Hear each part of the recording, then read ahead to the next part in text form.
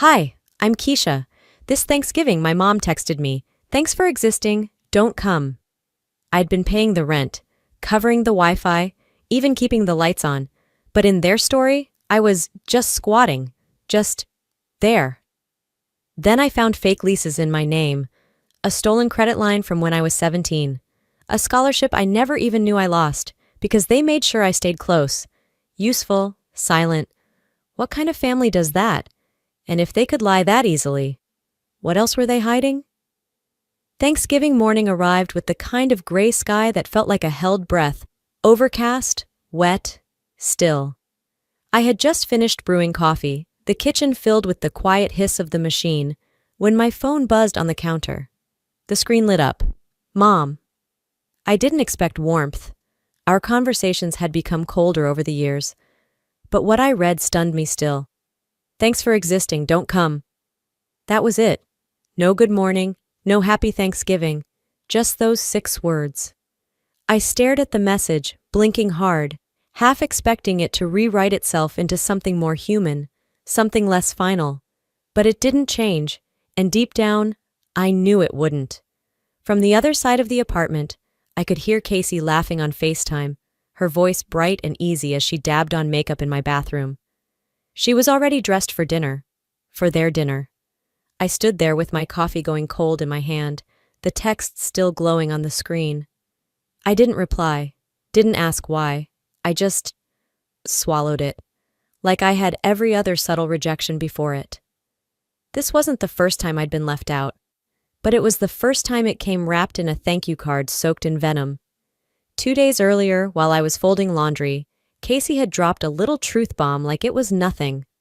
"Oh, by the way," she'd said while checking her reflection, "I told Mom you're just kind of staying here for now, since your name's not on the lease." I remember pausing, towel in hand. "What?" She didn't even flinch. "It's not a big deal. Just makes it easier, you know. They don't need to think you're like, freeloading off me or something." "But I'm paying the rent," I said, voice flat. "Yeah," she shrugged. "Still, it's just easier this way." She said it like she was doing me a favor, like erasing me was somehow a kindness.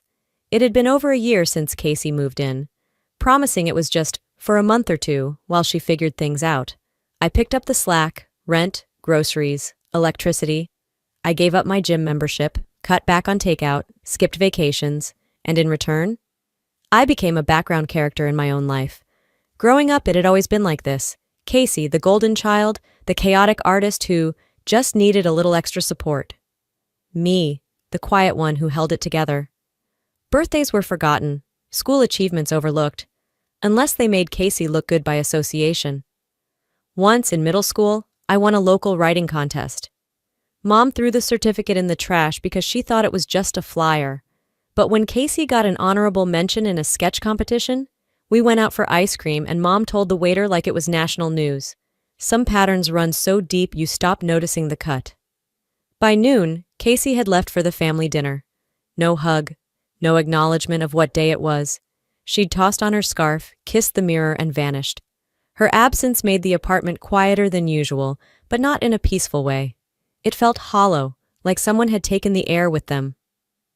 I reheated the turkey sandwich I made the night before, set one plate, poured a second cup of coffee, even though no one else was coming. I placed it opposite me out of habit, then laughed at myself and drank both. They were probably sitting around the big table at Mom's house by then, passing the sweet potatoes, smiling for Facebook photos. My seat, if it was ever really mine, sat empty. Again, I didn't call, didn't text, didn't beg. I've learned that sometimes silence is stronger than any explanation. Instead, I opened my notebook. On the first line, I wrote, "They don't get to define me by absence anymore." I was still there, still paying the bills, still keeping the lights on, and yet, somehow, to them, I had become invisible. Keisha? Oh, she's just squatting, just drifting, just there. Funny thing is, you start to believe it yourself. Until one morning, with a mug in your hand and a message on your phone, the lie breaks. And what shatters isn't just trust. It's the version of yourself you kept twisting to stay loved. I stayed at the kitchen table long after the coffee had gone cold. The kind of stillness settled in that doesn't comfort you, just turns up the volume on every thought you've been avoiding. I'd washed the plate, wiped down the counter, even lined up the salt and pepper shakers like some desperate bid for normalcy. But nothing touched the weight sitting in my chest. I kept staring at the phone screen. The message still glared back at me, sharp and unblinking. No follow-up, no explanation, just the digital equivalent of a door closing in your face. "Hey, Casey said you'd be busy. We'll catch up another time, okay?" It was the smiley face that did it, that smug little curve at the end of a sentence built to dismiss, a full stop disguised as friendliness. It confirmed something I'd been sidestepping for a long time, years maybe, a nagging sense that something wasn't right, not just this year, not just this holiday, but something deeper, something rotten under the floorboards of our family dynamic. I didn't want to believe it, but here it was, simple, casual, neatly phrased. By early afternoon, the clouds had folded over the city, dimming everything into a dull gray. The apartment was silent again. Casey was gone, probably already charming her way through mashed potatoes and half glasses of wine, the golden child with perfect timing and a short memory. And me? I was here, alone in the silence I hadn't chosen but had somehow inherited. I opened my laptop, not to scroll or distract myself, but because I needed something concrete. Something I could point to and say, "See, I'm not crazy." Proof that what I was feeling had roots, that I wasn't just overreacting or stuck in some bitter loop. It started slow. A half-hearted scroll through my email. Nothing exciting. Overdue notices, sale announcements, automated reminders from apps I barely used. Then, tucked between a PayPal receipt and a Spotify promo, I saw it. A Venmo notification I didn't recognize. $45 to K.Todd. Memo, groceries for us. That's what it said, emojis and all. But I don't use emojis like that, not when money's involved, and I definitely didn't send it. I opened the Venmo app and scrolled through the history. More transactions popped up, not from me, these were from my mother's account. A trail of payments, each tagged with chirpy memos and emoji hearts, payments I'd never heard about, never seen mentioned. $80, gas and Wi-Fi, $32, split the Uber, and they all went to the same recipient, K.Todd. The name itched at the back of my mind, familiar in a way that made my stomach clench. I tapped on the profile. No photo, just a blank face and a username I couldn't ignore. K.Todd, Todd. Todd was Casey's ex, the same guy who ghosted her a decade ago after stringing her along for 2 years. He'd vanished, at least that's what we were told. But his name had never fully disappeared. Every once in a while it would pop up again in odd places, as a saved password hint, as a leftover profile on our shared Hulu account. It became a running joke. Todd, the digital ghost. But it wasn't funny anymore, because Casey had used that name before, when she didn't want things traced back to her. And now, here it was again, attached to our mother's money. And I was supposed to believe this was all just coincidence? No way. A new clarity hit me, sharp and unwanted. 2 months ago, Casey hadn't asked me to spot her rent like she usually did. No desperate texts, no explanations. I'd assumed she got a freelance gig. She said she did. I was even proud of her, believing she was finally standing on her own. But I knew better now. She didn't need help that month, because she already had it, from Mom. Funneled through a name that didn't belong to either of them. A system built on omission and old tricks. And I was the idiot holding the safety net. I logged into my bank account, heart thudding, scanned the history. The rent I paid landed on the 2nd of the month. The transfer from Mom to K.Todd? The first. Not a coincidence. Not even close. It was a cover. I leaned back from the screen, blood buzzing in my ears. This wasn't an oversight. This wasn't a misunderstanding or a missed conversation. This was a structure. One where Casey played the helpless artist, charming and full of stories, and I, steady, responsible, carried the weight without question. I was the backup generator they never acknowledged, just running in the background, quietly keeping the lights on. And now, I wasn't just excluded from Thanksgiving dinner. I was being phased out of the truth entirely. The part that hurt the most wasn't the money. It was how easy it was for them, how naturally they edited me out. As if I took up space they'd rather save for someone more palatable. I started printing. Every statement, every receipt. I took screenshots, created folders, named them with clinical precision. Rent transfers, cross-check, Venmo history, mom to K.Todd, Casey payment overlap. My hands didn't tremble. I wasn't panicking. I was archiving. I didn't know what I was going to do with it yet. Maybe nothing, maybe everything, but I needed the record. I needed to see it in black and white, to confirm that the ache in my gut had a name. Somewhere around the fourth printout, I whispered something I hadn't even realized I was thinking. If they want to pretend I don't exist, let's see what else they've erased. I paused. The room felt colder, the air heavier. I glanced back at the screen, clicked through old folders, backups from years ago, files I hadn't opened since college. Somewhere deep in the labyrinth of outdated hard drive copies, I saw a PDF I didn't recognize. First credit line, 2009.pdf. That's when I found it. And I knew I wasn't done digging, not by a long shot. By the time sunlight finally broke through the blinds the next morning, the kitchen table looked nothing like the quiet, harmless space it used to be. It had transformed into something between a war zone and an archive. Paper was everywhere, some crumpled, others neatly stacked, most of it stained with circles from last night's coffee mug. Receipts, statements, screen grabs, and hand-scribbled notes sprawled across the surface like pieces of a puzzle I hadn't even realized I'd been solving. In the middle of the chaos, like the glowing center of some investigation board, sat my laptop, still open, still lit, still waiting. I hadn't really slept. Maybe 3 hours, curled up sideways on the couch, a too-thin throw blanket failing to cover my feet. My neck ached, my eyes burned, my spine was one big knot, but my brain wouldn't shut off. The hum of the refrigerator was the only consistent sound through the night, aside from the occasional rustle of a paper I accidentally nudged with my foot or elbow. I never touched the pie I bought for myself. Pumpkin, from the overpriced bakery on 6th. It sat in the fridge, untouched, still wrapped in its bakery box like it was waiting for some celebration that never came. It felt like a bad joke now, like I was the only one who didn't know Thanksgiving had been canceled for me. My cursor hovered over the file that started it all. First credit line, 2009.pdf. I clicked. It opened to a dull, official-looking form. Retail store branding faded and off-center, like it had been scanned 1,000 times. My full name was printed at the top of the page in clean, almost mechanical handwriting. Address filled in, phone number, social security number, everything lined up. Except one thing. I didn't fill this out. The handwriting wasn't mine.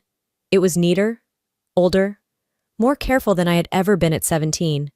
And when I scrolled to the bottom, I stopped breathing for a second. The signature was supposed to be mine. It even looked close. But it tilted too far to the right. And the loop in the S of Keisha curled upward, not downward. The same way my mother used to sign every permission slip, every sick note, every check she ever wrote. And just like that, it came back. Senior year. One Friday afternoon, I was rushing out the door to catch the bus.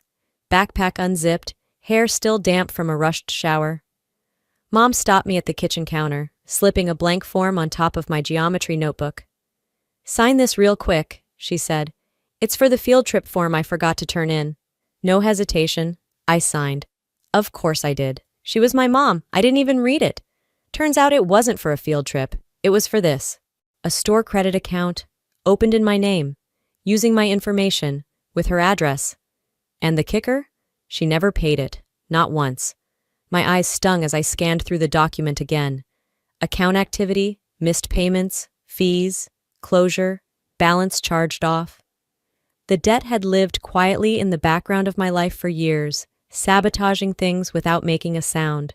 When I was 20, I tried to rent my first off-campus apartment. I had saved, budgeted, even found a roommate on Craigslist I didn't totally hate. The leasing office pulled my credit and the woman behind the desk gave me that look. Sympathetic, but firm. "You might want to check your credit," she said carefully. "It's not great." I remember the heat crawling up my face as I nodded, thanked her, and walked out, blinking back tears. I thought I'd made some terrible mistake, that I'd done something wrong. Maybe I forgot to pay something. Maybe I applied for something and didn't understand how it worked. But I never missed a payment because I never had anything to pay. It wasn't me, it was her, and she never told me. Not even when I cried on the phone about getting denied for my first credit card. Not when I panicked over the interest rates on student loans. Not once did she step in, sit me down, and admit what she'd done. She just let me carry the blame. I scrolled through the rest of the file. It felt like watching someone take an eraser to the margins of my life. Not big, obvious moments, just small, crucial chances, credit lines, approval letters, a future slowly strangled before it even had air. This wasn't a mistake. This wasn't an accident. This was identity theft. From my own mother. My body went still. I didn't cry. I didn't yell. I sat with my arms wrapped around myself like I had to physically keep my ribcage from caving in. Like holding still was the only thing keeping me from falling apart completely. The betrayal wasn't just financial. It wasn't just about money or credit scores. It was about opportunity, about what she took from me before I even had a chance to defend it. Years of confusion, self-blame, missed milestones, all of it traced back to a single forged signature. I thought about every no I'd ever gotten that didn't make sense, every job that wanted a credit check, every bank that rejected my application, every landlord who smiled and said, "Sorry, nothing we can do." And I thought it was my fault. It was never my fault. It was her. That morning, something in me changed. The grief hardened into something sharper. I wasn't just sad anymore. I was focused. I wasn't crying. I was cataloging. I pulled up everything I could. Emails, PDFs, screenshots, bank letters. I started connecting dots, tracing timelines, finding patterns.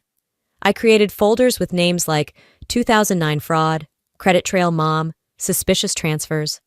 I wasn't just surviving now. I was investigating.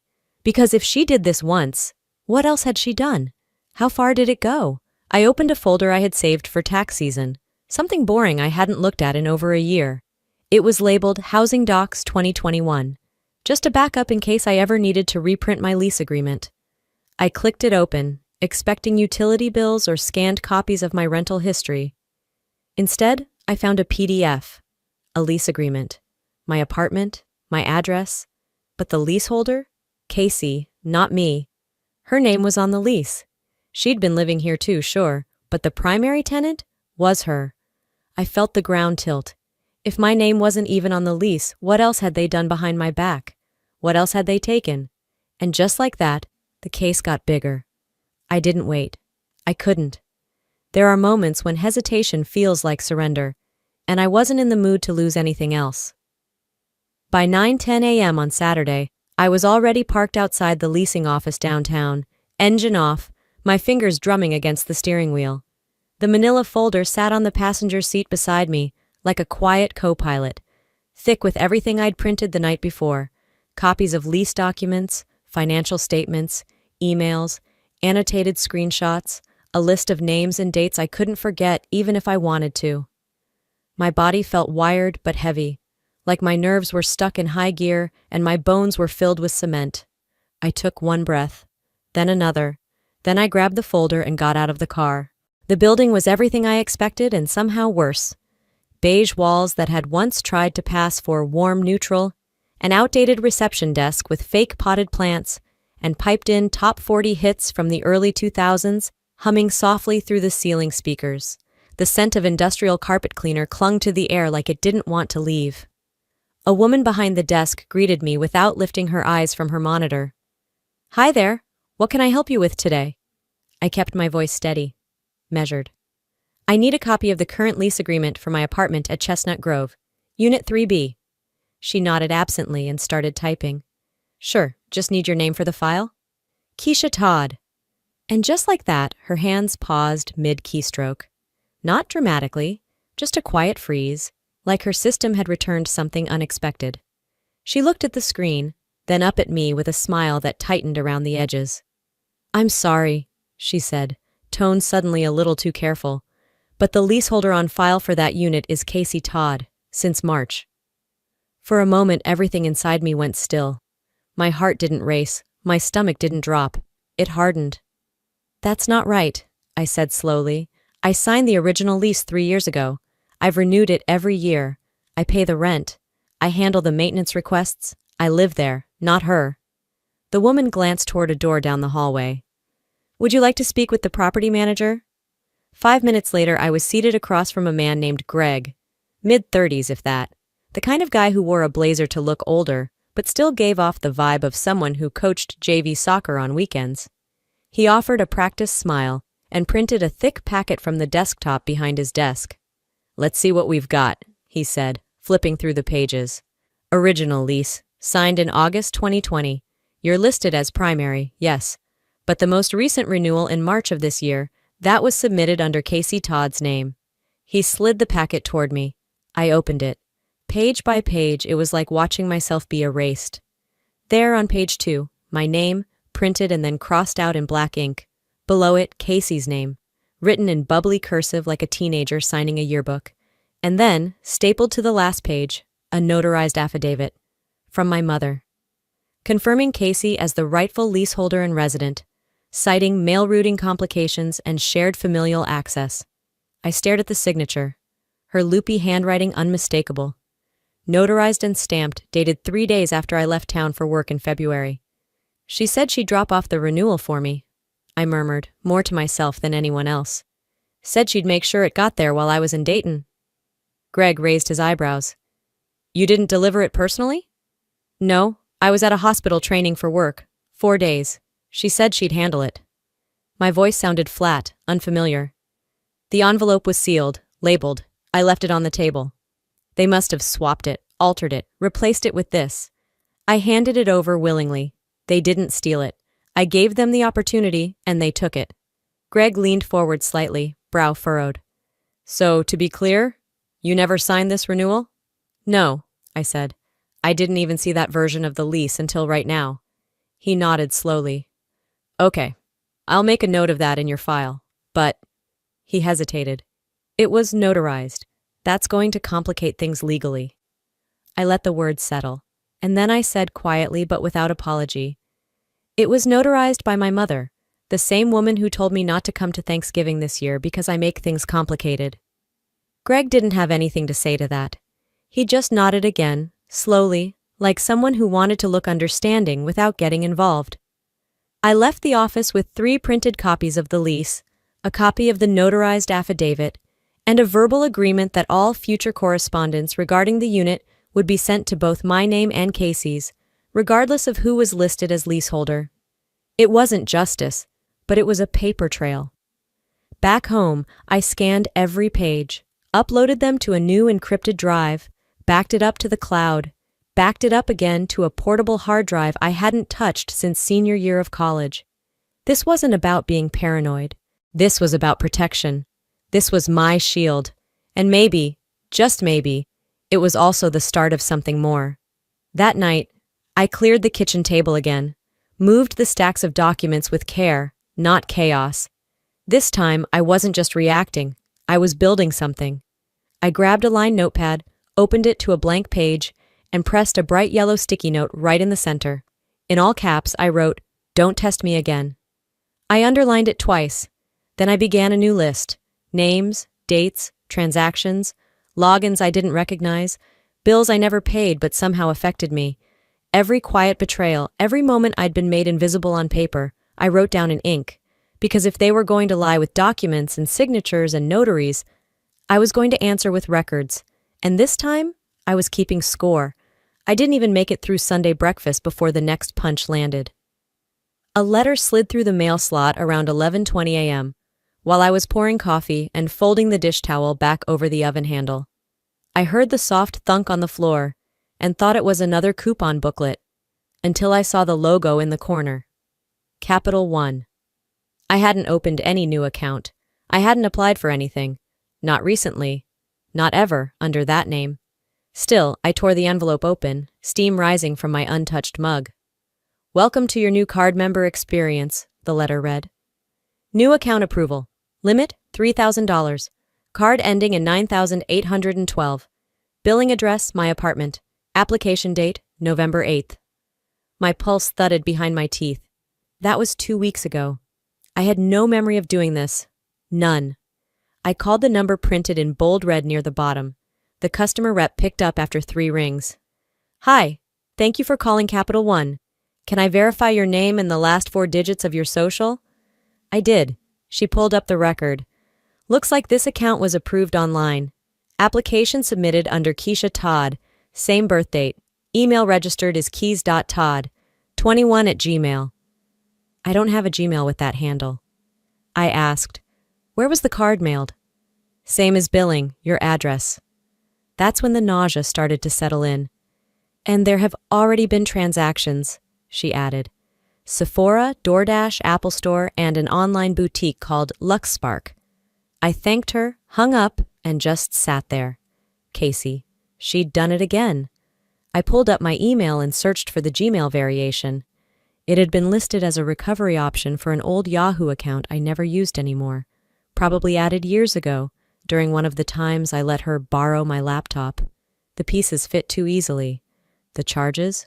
All things she'd casually mentioned receiving as gifts last week. Oh my God, I won this makeup set, she'd said, holding up a box. People online are so generous sometimes. No, people like me were just easy to steal from. At 4 p.m. I stepped outside, walked aimlessly down Broad Street, cold air biting my fingertips. Downtown was already lit for the holidays, silver garlands strung between traffic lights, store windows sparkling with fake snow and false cheer. I wasn't angry, not in the firestorm way. I was a glacier, cold, immovable, rising. By the time the sun began to dip behind the old courthouse, I was back in my apartment. Casey's boots were by the door, brand new, glossy, black with a gold zipper up the side. She was in the living room, scrolling on her phone like nothing had happened. I walked to the kitchen table, sat down, opened the folder I'd updated the night before, and waited. She didn't look up. You used my name, I said flatly. My social, my credit. She blinked, looked over her shoulder. Are you seriously still on that? I confirmed it. I spoke with Capital One this morning. She scoffed. You're so dramatic. You act like the world's ending every time someone borrows your stapler. I didn't flinch. This isn't borrowing. It's federal. Oh, please. She rolled her eyes. You always play the victim. Maybe now you'll stop acting so perfect. I stood. This is your last warning, I said calmly. You contact the card company. You cancel the account. You pay it off, or the next conversation we have will be with a police report between us. She laughed, but it was a nervous laugh, thin around the edges. You wouldn't dare. I didn't respond. I just walked into my bedroom, shut the door, and opened my laptop. The identitytheft.gov portal glowed bright in the dark. By midnight, the report was submitted, the screenshots uploaded, the statement signed. I didn't shake. I didn't second guess. At 12:03 a.m., I stood in front of the mirror, placed a new sticky note next to the one from yesterday. Silence isn't grace, it's permission. Not anymore. By Monday morning, I thought I had seen the worst of it, but violations have layers, and Casey wasn't finished. I was rinsing out my coffee mug when my phone rang. Unknown number, local area code. I almost let it go to voicemail, but something in me said answer it. Is this Miss Keisha Todd? A male voice asked, too formal to be friendly. Yes. This is Daniel from Coastal Recovery Group. We're calling to confirm the repayment terms of your recent $2,000 payday loan with Quickstream Financial. I didn't take out a payday loan. There was a pause. I could hear keyboard clacking. Then, it was processed under your name and social security number on November 15th. Funds were deposited to a Chime account. The address listed matches your current residence. My grip tightened around the sink edge. I need documentation. Certainly. We'll send a full digital copy of the application and transaction log to the email on file, which is keys.todd.21@gmail.com. Of course. Send it to this one, I said, spelling out my actual address. My voice was calm, controlled. By noon, the file arrived. There it was. My name, my SSN, my address, and a signature that tried to mimic mine, but didn't even come close. It was Casey's looped T that gave her away. I forwarded everything to the officer handling my ID theft report and headed to the station that same afternoon. It was cloudy, a wind picking up that threatened to bite through my sweater. The inside of the precinct felt more like a DMV than a place where lives could be repaired. Fluorescent lights, cheap carpet, tired faces. "I already filed a report yesterday," I told the front desk clerk, handing over a new folder. "This is a second fraud account. $2,000 this time." An officer took me into a side room, young and professional, but disinterested. "This kind of identity use, especially when it's family," he said. "It tends to fall more on the civil side than criminal." I stared at him. "She stole my identity, opened credit, took loans, lied on notarized leases." He nodded, scribbling notes. "I'm not saying don't pursue it, but you'll likely need to file through civil court for damages." I left frustrated, but undeterred. She wanted me quiet. She wanted me tired, but I wasn't either anymore. That evening, I was archiving files when someone knocked on my door. I wasn't expecting anyone. Through the peephole, Jace, Casey's ex-boyfriend. He looked older than I remembered. Gaunter, the kind of tired you earn over time. I opened the door. "Hey," he said, rubbing the back of his neck. "Sorry to just show up. You got a second?" I stepped aside. "Yeah, come in." We sat across from each other, tension filling the space between us. He pulled out his phone. "I think she's still using my mom's info. I found this. An email from a few months ago. Said she was pregnant. Claimed she was in danger. Said you were her emergency contact." I blinked. "What?" He turned the screen toward me. It was Casey's writing. Dramatic, urgent, full of lies. "She got my mom to send her $1,500, Jace said quietly. "I just found out today. Thought maybe I should ask if any of it was real." I walked to the table, brought back my folder, opened it, laid it down between us. We sat in silence.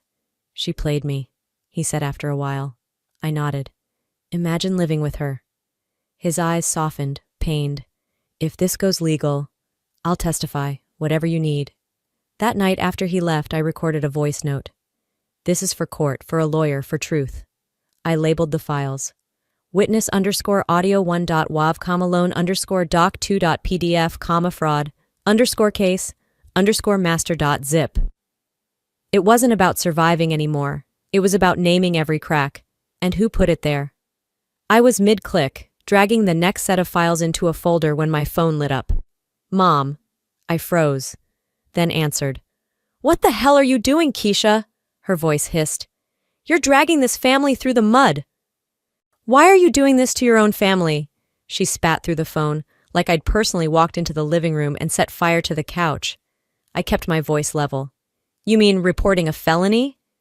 "You know Casey's been having a hard time. She's your sister. She just needs support." "She's not struggling," I said.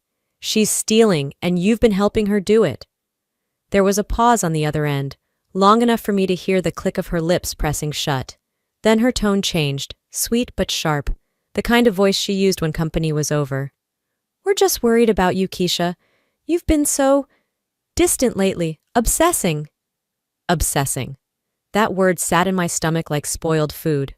I hung up without another word. Later that morning, I got an email from Jace. Subject line: "You're not going to believe this one." Inside was a forwarded message originally sent to one of his exes, a woman named Natalia, who had once met Casey briefly at a cookout. The message was written in my name. "Keisha here. Sorry for the out-of-the-blue note. I wouldn't ask unless it was serious. I'm in the hospital. We thought it was food poisoning, but they're saying it could be something worse." It went on like a screenplay. Medical bills, emergency contact issues, no phone. "If you can spare anything, please Venmo to AK Todd or reply here." The writing had all of Casey's drama and none of my vocabulary. My middle name was spelled wrong, but it had my name, my voice, my tone, badly mimicked. It was the last push I needed. I scheduled a meeting with an attorney that same afternoon. The law office was a quiet unit tucked between a nail salon and a tax prep franchise. The carpet was brown. The receptionist didn't smile much. But when the lawyer saw my file, both the physical one in a zippered binder and the USB stick I slid across the desk, he sat up straighter. "You documented everything," he said. "I had to. No one ever believed me." He clicked through, eyes darting faster with each folder. This isn't just theft, this is sustained fraud. Across multiple digital identities, accounts, and physical signatures. You've got third-party confirmation and digital proof. He looked up. We can file civil and criminal. I nodded. Make it public. The complaint was submitted by 3:47 p.m. At 4:18 p.m., my phone buzzed with a family group text. Mom, Darlene, some people would rather ruin Thanksgiving than be grateful for family. Aunt Gloria, is this about Keisha suing y'all? Casey, you always needed control, Keisha. You made me do this. I didn't reply. I opened my calendar and scheduled something I hadn't touched in 6 years. Therapy, 6:30 p.m., first session. A woman named Lisa with soft eyes and a direct voice. That night I went down my checklist again. Passwords changed, credit frozen, alerts set, all the essentials. Done. At 9:03 p.m. a voicemail landed. I played it once. Casey sobbing, screaming, accusing. You've always hated me. You're trying to destroy me. You think this makes you powerful? No, I think it makes me free. I didn't delete it. I saved it. Labeled it. Voicemail _evidence 1.m4a. Then I opened my planner. Court date confirmed, December 19th. Merry Christmas, Casey. The sun was low when I picked up Hannah from school. Gold light spilled across the cracked sidewalk like spilled syrup, and she was waiting on the bench out front, legs swinging, her backpack too big for her frame. Your mom didn't tell me you'd be here, I said as she hopped into the passenger seat. She shrugged. She said you owed her a favor. Of course she did. Back at the apartment, I made her a grilled cheese and poured apple juice into a mason jar. She sat at the kitchen table, scribbling over a half-done math worksheet, her braids flopping forward every time she leaned down. Hey, Auntie Keisha? She said suddenly, not looking up. Did you ever get that scholarship? I blinked. What? Last year I heard Mommy and Nana talking, she mumbled. They said you never found out. My chest tightened. Found out what? That you got into Ohio State, that you were going to go, but then they told them you had money problems. I leaned forward, my grilled cheese untouched. Hannah, are you sure? She nodded. Nana said she wrote them. Mommy said it was better if you stayed close anyway. The room tilted. That year had always haunted me. Senior year, I'd worked hard, filled out the FAFSA, wrote 5 essays, got the letter that said provisional approval. I'd held it in my hands, but the final packet never came. I remember asking Mom about it. I remember her voice. You probably didn't meet the GPA cutoff. It happens. Be realistic. She'd looked so certain, so matter-of-fact. I'd believed her. Now I wasn't sure I even knew what my GPA was that semester. After I dropped Hannah off, she hugged me tighter than usual. I dug into the old storage box under my bed. Sure enough, the provisional offer was still there, tucked inside a copy of my high school transcript. My GPA had been fine. I scanned the letter, took a photo. Then, hands slightly shaking, I found the email address of the scholarship board.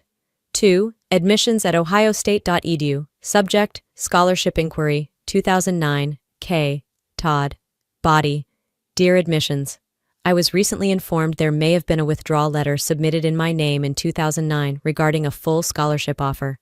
I never authorized such a withdrawal. Please advise if there are any records of this. Thank you, Keisha Todd. 2 hours later, they replied, yes, a letter was submitted by a listed guardian citing concerns over credit health and financial instability. It requested your withdrawal. It was signed by Darlene T. Todd. Darlene, not Mom, not anymore. They hadn't just stolen my name, or my credit, or my peace. They stole my future. They took the door I'd fought to open and slammed it shut. Just so I wouldn't walk through it. Because if I left, I wouldn't be convenient, wouldn't be nearby, wouldn't be available. They didn't just lie about who I was. They made sure I never found out for myself. I sat back, the screen blurring, not from tears. I didn't cry. I burned. And beneath that heat, a new kind of clarity. They hadn't failed me. They had sabotaged me. And now they'd face me. Because I didn't lose the scholarship. It was taken.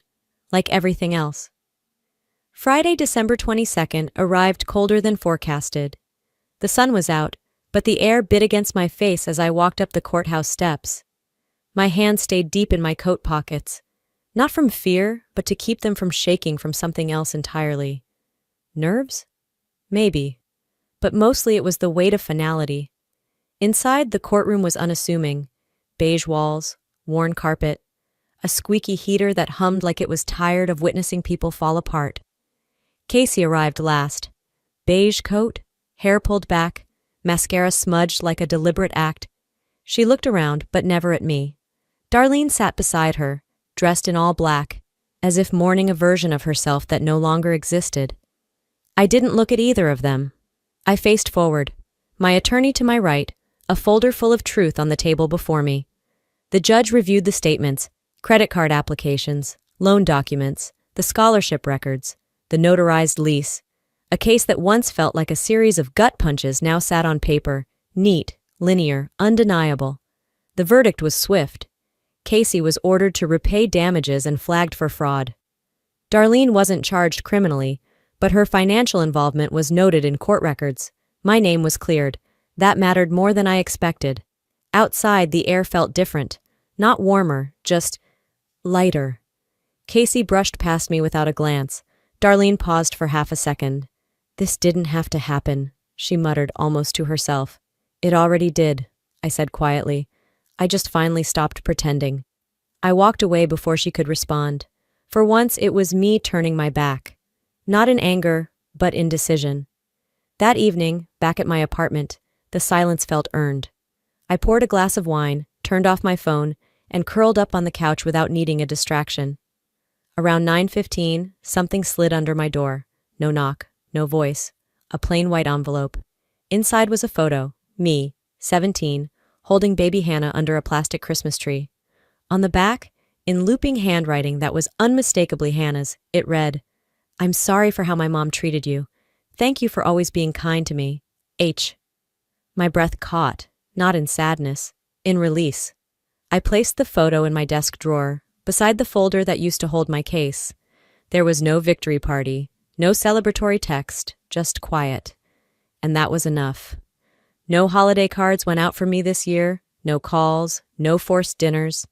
I walked to work that Monday in the cold, scarf tight around my chin. My inbox dinged. An email from Mom. I stared at it, then deleted it without reading, not in anger, in peace. And that's the thing no one prepares you for. Freedom doesn't come with trumpets. It comes with quiet, clean space, blank pages.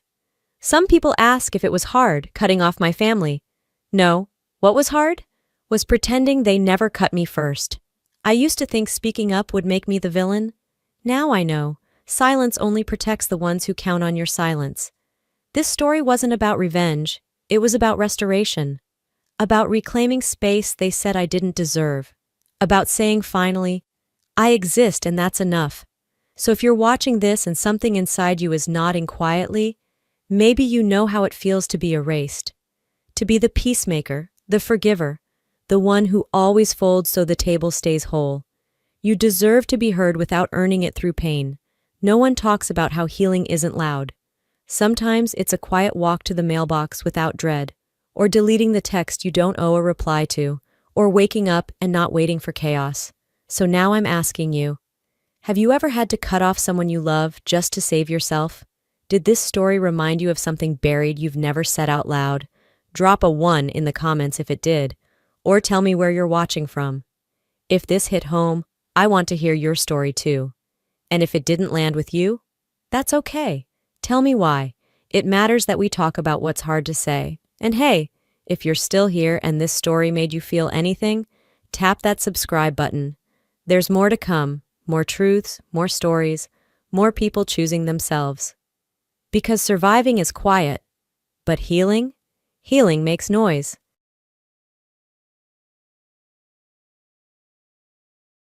Hi, I'm Jessica Elaine. It's lovely to see you, I said, eyeing the flickering candles. But you know, these might not be safe to leave burning without supervision. My mother-in-law, Elaine, was busy placing yet another candle on the shelf above our new stove. Oh, Jessica, darling, these are perfectly safe. I've done this 1,000 times at my house, she waved off my concern dismissively. Mark, caught between his mother's habits and my caution, tried to ease the tension. Mom, Jess is probably right. We shouldn't take any risks in the new kitchen. Elaine looked at us with a tight smile. It's just for tonight's dinner. The candles make everything feel so much more welcoming. The evening unfolded with Elaine's usual flair. Guests arrived, charmed by the soft candlelight and her extravagant decorations. Claire and Tom, our neighbors, entered looking around with a mix of admiration and concern. Isn't this a bit much, Jess? Claire whispered as she hugged me hello. I sighed. I tried to talk her out of it. Tom, overhearing, grinned. Elaine never knows when to stop. Remember the Christmas lights fiasco? I chuckled, recalling the neighborhood blackout caused by Elaine's over-the-top holiday display. Dinner was lively, the table buzzing with conversation and laughter. Elaine was in her element, playing the grand hostess. Mark kept refilling glasses, trying to smooth over his mother's more intrusive remarks directed at me. After dessert, as the guests trickled out, I noticed a few candles still flickering in the dim kitchen. Elaine, let me blow these out before we head to bed. I'll leave them, Jessica, she said with a wave of her hand. They're long burning and perfectly safe. They'll go out by morning. Already heading towards the guest room, she didn't wait for my reply. Exhausted, I decided not to argue. Mark and I went to bed, the faint scent of vanilla candles wafting through the house. Hours later, a loud pop jolted us awake. What was that? Mark shot up, alarmed. We rushed into the kitchen and were met with a terrifying sight. Flames licking up the curtains, the fire spreading quickly. Fire! Fire! I screamed, grabbing my phone to call 911 while Mark struggled with the fire extinguisher. The fire department arrived swiftly, but the damage was already done. Our beautiful kitchen, where we had envisioned so many happy memories, was now a charred and soaked mess. Sitting on the curb, watching the firefighters work, Mark put his arm around me. This is a disaster, he muttered, his voice heavy with disbelief. It was the candles, I whispered, tears of frustration and fear staining my eyes. I told her this could happen. Elaine, wrapped in a blanket, stood nearby, her face a mixture of shock and disbelief. I didn't think. Claire and Tom came over, offering coffee and comfort. You can stay with us tonight, Claire said softly. Tom gave Elaine a stern look. You really need to start listening, Elaine. This could have been avoided. As dawn broke, the fire was out, but the full extent of the damage became heartbreakingly clear in the morning light. And in that moment, a new resolve formed in me. This wasn't just an accident, it was a wake-up call. I couldn't let Elaine's recklessness slide anymore. Things had to change, and I was going to make sure they did. The morning after the fire, Mark and I sat at the kitchen table, now a makeshift command center, with insurance papers and repair estimates scattered everywhere. Our once perfect kitchen was a ruin, and with each passing moment, the weight of what had happened felt heavier. Jess will get through this, Mark said, reaching across the table to squeeze my hand. I nodded, trying to muster a smile. I know, it's just overwhelming. Later that afternoon, Claire stopped by, carrying a basket of homemade muffins. Jess, there's something you should know about those candle holders Elaine used. She got them from my store, and I warned her they were part of a recall. They're a fire hazard. A chill ran down my spine, she knew, and she still used them. Claire nodded solemnly. I'm afraid so. I thought you should know. Fury and betrayal swirled inside me. I needed answers, but confronting Elaine had to be done carefully, with undeniable proof. That evening, when she came over to see the damage, the first time she'd visited since the fire, I was ready. So, you were warned about the candles? I asked, keeping my voice steady despite the anger churning inside me. Elaine stiffened, her eyes darting away. It was just a precaution, Jessica. Those warnings are often overblown. Overblown. I pressed, feeling Mark's tense gaze on us. They were recalled, Elaine, because they could cause fires. Mark stepped in, his voice tight with frustration and desperation. Mom, why didn't you listen to Claire? You put our home at risk. Elaine bristled, her tone defensive. I was just trying to make things nice. I didn't mean for any of this to happen. As Mark and Elaine argued, I could see the growing rift between them. Mark was torn between the family he grew up with and the life we were trying to build. The days after the fire were a blur of contractors and insurance agents constantly in and out of the house. One evening, as we sat amidst the chaos, Mark sighed deeply. I can't believe she'd be so careless, Jess. I don't even know what to say to her anymore. I reached for his hand, offering a gentle squeeze. We might need to set some boundaries with her for our own peace. He sighed again, nodding. Yeah, I think you're right. It's just hard, you know. She's my mom. As weeks passed, our focus shifted from rebuilding the kitchen to trying to salvage our relationships. But the strain was palpable. Conversations with Elaine became increasingly sparse and tense. She remained defensive, unwilling to fully acknowledge her role in the disaster. Each day brought new challenges, and it became clear that the incident had changed everything. Our lives would never be the same. One evening, weeks after the fire, Claire, Tom, and I huddled in our living room, quietly discussing what needed to be done. The atmosphere in our home was still thick with tension, a constant reminder of Elaine's recklessness. We need to show everyone who she really is, not just tell them, Claire suggested, her determination clear. Tom nodded. I've got footage from my home security cameras from that night. It shows the fire starting from those candles she left burning. And I think I can get more. I felt the weight of the decision, but I knew it was necessary.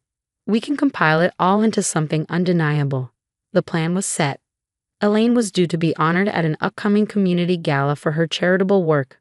A perfect opportunity, given her love for public acclaim.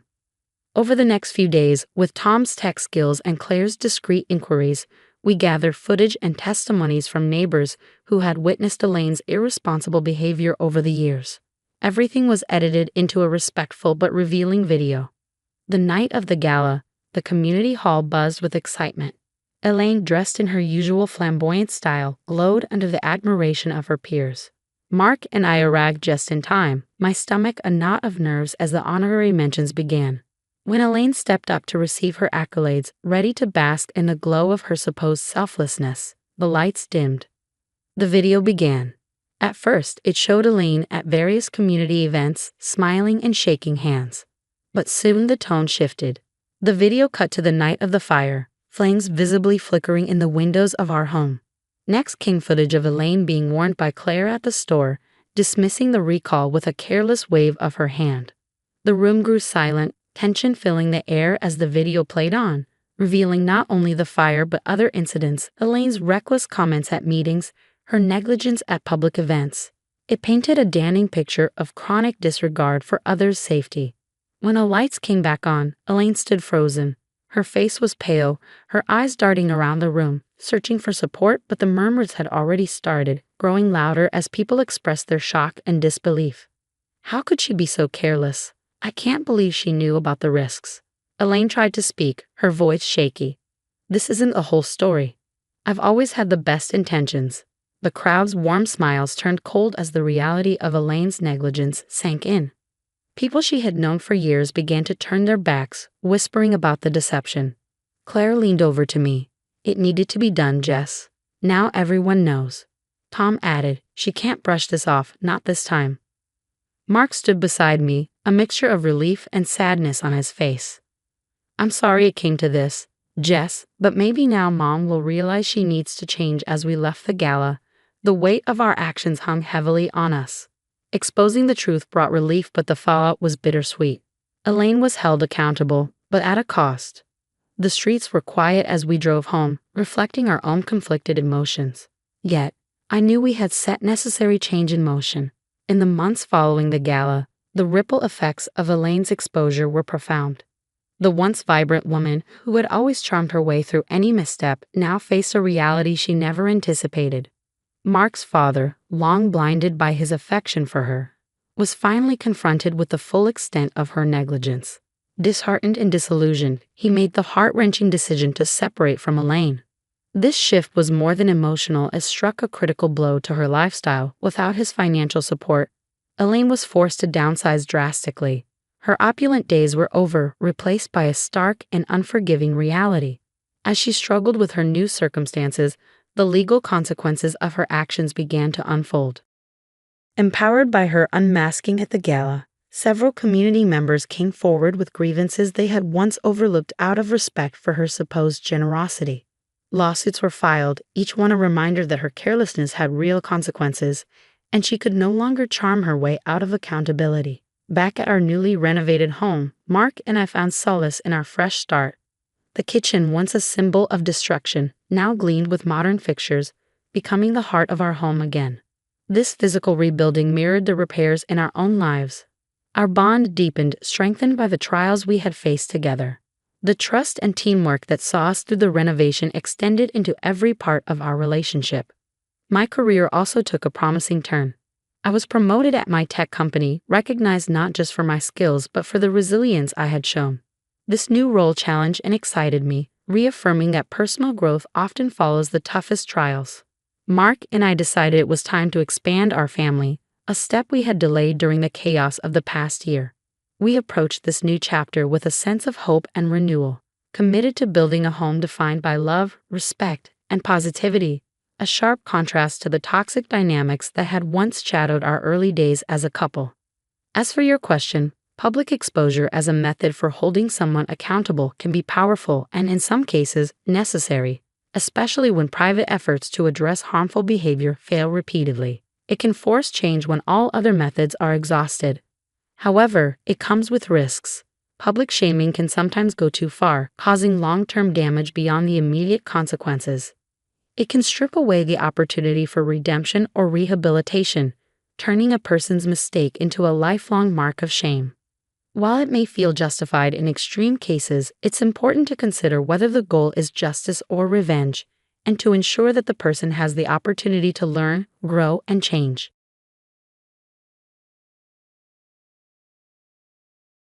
Hey there, I'm Alex, just your average 18-year-old high school senior. Or at least I thought so. Being the oldest in a single-parent household is a whole different ballgame. It's just me, my mom Sarah, and my two younger siblings, Tommy, 10, and Emma, 8. Don't get me wrong, I love those two, but sometimes it feels like I'm more of a parent than a sister. Alex, can you help Emma with her homework? I'm running late for work. Sure, Mom, no problem. That's pretty much our daily soundtrack. Sarah's always in a rush, always stressed, and always leaning on me to fill in the gaps. Hey, Tommy, where's your lunch? Did you forget it again? Sorry, Alex, Mom was on the phone. It's cool, buddy. I'll whip something up real quick. It's not that Sarah's a bad mom, she's just overwhelmed. Single parenting isn't a walk in the park. I get it, but sometimes I wonder if she remembers I'm still a kid too.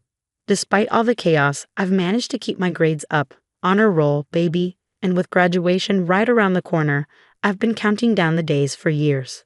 Alex, guess what? I got an A on my science project. That's awesome, Emma. High five. Alex, when's your graduation again? Tommy asks. Next Friday. You guys are coming, right? Wouldn't miss it for the world, sis.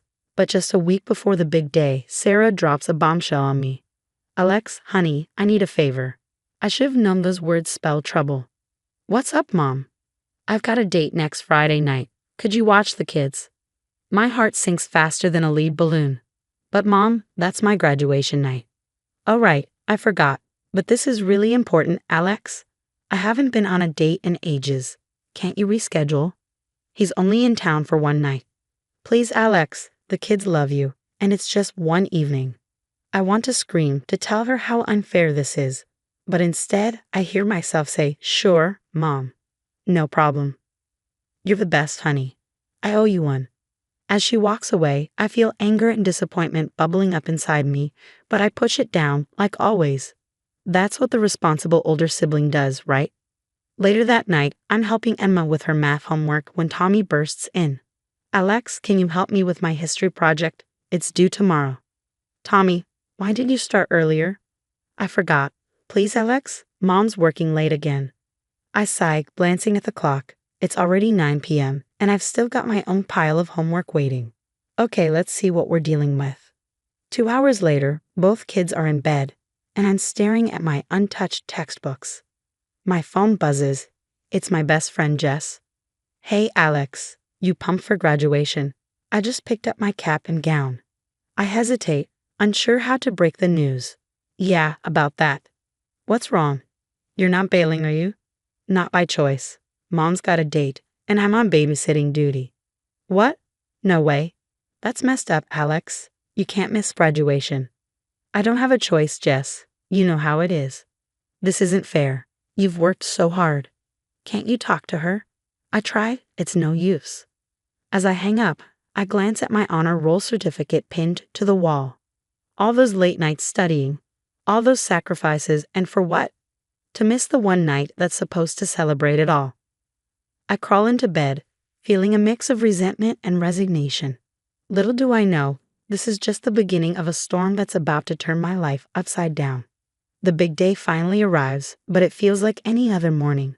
I'm up early, helping Tommy and Emma get ready for school. It's their last day before summer break, and they're bouncing off the walls with excitement.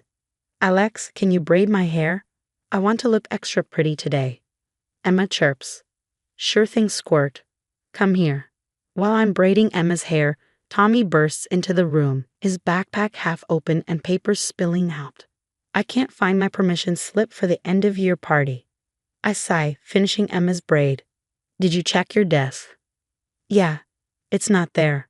All right, let me take a look. After a frantic search, we find the crumpled slip under Tommy's bed. Crisis averted. Mom rushes through the kitchen, grabbing her coffee. I'm running late, Alex. Remember you're babysitting tonight. I should be back by midnight. Yeah, I remember. I mutter. She's out the door before I can say anything else. No, good luck on your graduation, or I'm sorry I'll miss it. Nothing. As soon as the kids are off to school, my phone rings. It's Jess. Alex, can you believe it? We're graduating today. Her excitement is infectious, and for a moment, I forget about my situation. I know, it's crazy. I'm heading to the salon to get my hair done. Want to join? Reality crashes back. I can't, Jess. Remember, I'm babysitting tonight.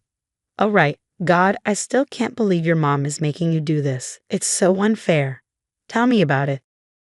As we talk, I can't help but think back to a few months ago when Jess and I were filling out college applications. We had stayed up all night, dreaming about dorm rooms and all the amazing college experiences we'd have.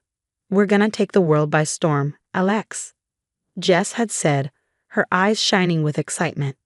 Now, it feels like the world is leaving me behind. Evening rolls around and Mom's all dressed up for her date. How do I look? She asks, twirling in her new dress. Great, I say flatly. You know it's not too late to change your mind. The ceremony doesn't start for another hour. She barely glances at me. Alex, we've been over this.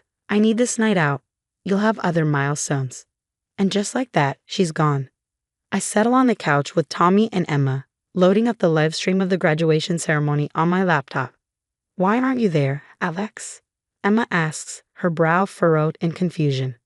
Someone needs to look after you too, I say, trying to keep the bitterness out of my voice. As Pomp and Circumstance starts playing, I feel a lump form in my throat. Tommy must notice because he suddenly declares, let's have our own graduation party. Before I know it, the kids are running around, gathering supplies. Emma returns with a makeshift cap made from construction paper, while Tommy presents me with a diploma he scribbled on printer paper. We now present Alexandra with her high school diploma, Tommy announces in his best principal voice. Despite everything, I can't help but smile. Thanks, guys. This means a lot. We settle back on the couch, and I try to focus on the ceremony, but my phone keeps buzzing with messages from friends. Where are you? We saved you a seat. Alex, you're missing everything. Each message feels like a punch to the gut. I watch as name after name is called, seeing my classmates walk across the stage, accepting their diplomas and moving their tassels. When they call Alexandra Johnson, there's a pause. I can almost feel the confusion in the auditorium. Jess sends me a video of the principal awkwardly moving on to the next name. As the ceremony ends and celebration by Cool and the gang blasts through my laptop speakers, I feel tears welling up. Sensing my mood, Tommy and Emma snuggle up close. We love you, Alex, Emma says softly. Yeah, you're the best big sister ever, Tommy adds. I hug them tight, grateful for their love but unable to shake the feeling that I'd just missed one of the biggest moments of my life. And for what? So Mom could go on a date. As my phone continues to blow up with messages and photos from the after party, I can't help but wonder, when will it be my turn to celebrate? The next morning, I'm in the kitchen making breakfast when Mom stumbles in, looking like she's been hit by a truck, her makeup smeared, and she reeks of booze. Morning, Alex, she mumbles, heading straight for the coffee maker. I slam the spatula down. Really? That's all you have to say. She winces at the noise. Keep it down, will you? My head's killing me. Oh, I'm sorry. Did you have a nice night? Must have been some date to make you forget your daughter's graduation. Mom's about to respond when the doorbell rings. She freezes, panic flashing across her face. I'll get it, I say, stomping to the door. I swing it open to find a tall, slightly disheveled man standing there. Hi, I'm Mike. Is Sarah here? She left her phone in my car. My jaw drops. You're kidding me, right? Mom appears behind me, grabbing the phone. Thanks, Mike. I'll call you later. As she tries to shut the door, I block it. Hold up. You said you'd be back by midnight. You spent the night with him. Mike looks confused. Sarah, didn't you tell her? We've been seeing each other for weeks. The world starts spinning. Weeks? What about all those work emergencies? Mom's face says it all. She's been lying. For weeks. I slam the door in Mike's face and whirl on her. How could you? Alex, I can explain. Explain what? How you've been sneaking around. How you made me miss my graduation for a guy you've been seeing behind our backs. Our shouting match is interrupted by Jess showing up with my cap and gown. Hey Alex, I brought. Oh, am I interrupting something? No, I say, grabbing the gown.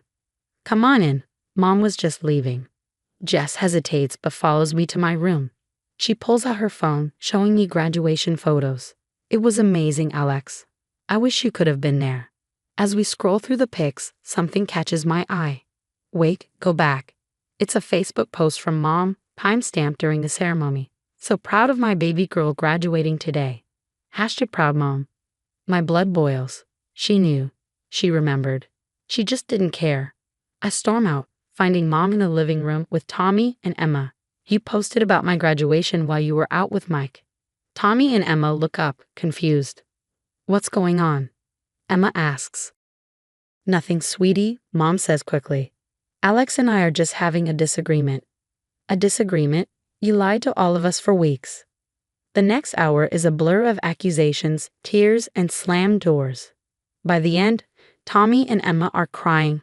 Mom's mascara streaks down her face while I stand there, shaking with rage. I retreat to my room and pull out the acceptance letter I've been hiding, a full scholarship to a university across the country. For a while, I wasn't sure if I could go, worried about leaving Tommy and Emma behind. But now I grab my phone, dial the number on the letter, and say, "Hi, this is Alexander Johnson.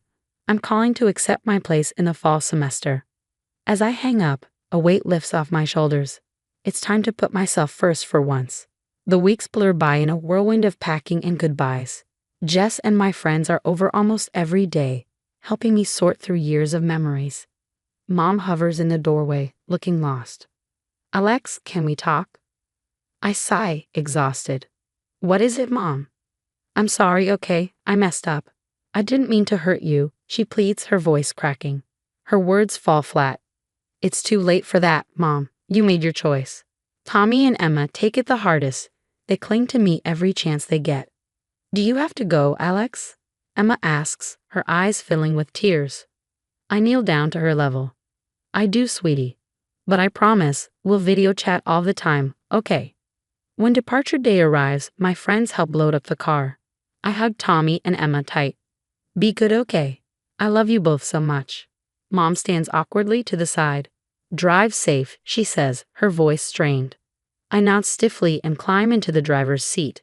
As I glance back, I see the reality hit her. She's losing her eldest child and her built-in babysitter. 1 year later, I'm thriving in college. My roommate Kira has become my best friend, and I'm acing my classes. During one of our weekly video chats, Tommy excitedly shows me his science fair ribbon. I won first place, Alex. That's awesome, buddy. I'm so proud of you. But I can't help noticing the strain in their voices whenever they talk about Mom. She's struggling without me to pick up the slack. Later, Jess texts me, "Your mom's on another Tinder date. Tommy called me to babysit again." I shake my head. Some things never change. Months fly by, and before I know it, I'm donning another cap and gown, this time surrounded by friends who have become my family. As I wait to walk across the stage, my phone buzzes. It's a text from Tommy. "We're watching a live stream. So proud of you, sis." I smile, knowing Tommy and Emma are cheering me on. But there's a twinge of sadness imagining Mom sitting at home, watching me graduate without her, again. When they call my name, Alexandra Johnson, summa cum laude, I stand tall and proud. After the ceremony, amid the hugs and congratulations, I check my phone. There's a message from Mom. Congratulations, Alex. I'm sorry for everything. I hope someday you can forgive me. I stare at the message for a long moment before putting my phone away. Maybe someday, but not today. Today is about celebrating how far I've come and looking forward to the future I fought so hard to create. As I pose for photos with my friends, I realize something. Family isn't always about blood. Sometimes it's about the people who stand by you, who support your dreams, who show up when it matters most. Looking around at my chosen family, I know I found exactly where I belong. Now here's my question for you. Was I right to cut ties with my mom, or should I have given her another chance? What would you have done in my shoes? Share your thoughts in the comments below. Your perspective might help someone going through a similar situation. If you enjoyed this story, don't forget to hit that like button and subscribe for more content like this. Your support means the world to me and helps the channel grow. Thanks for watching, and I'll see you in the next video.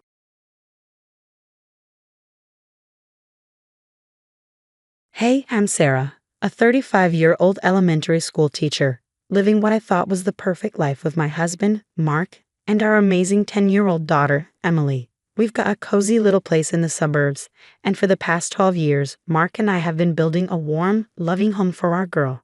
Everything would be perfect, if not for one small problem. My mother-in-law, Barbara. Let me tell you, Barbara is a piece of work.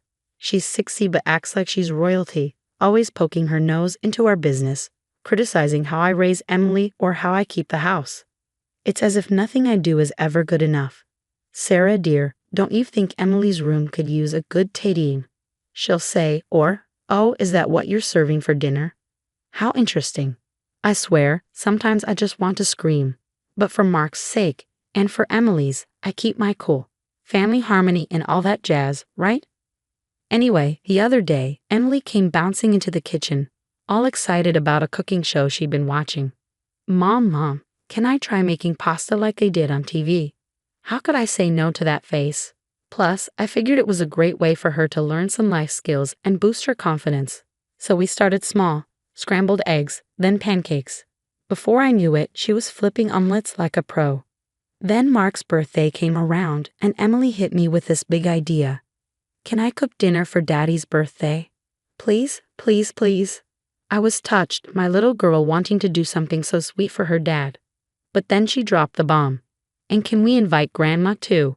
I almost choked on my coffee. Barbara, at a dinner cooked by a 10-year-old.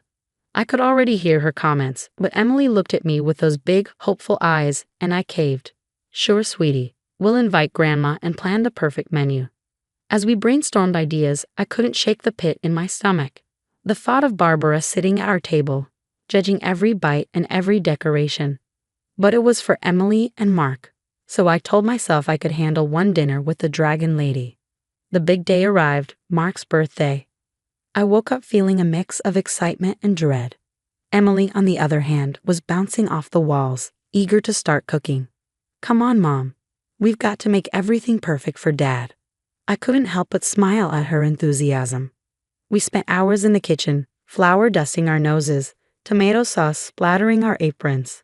Emily insisted on making everything from scratch, the pasta, the meatballs, even the garlic bread.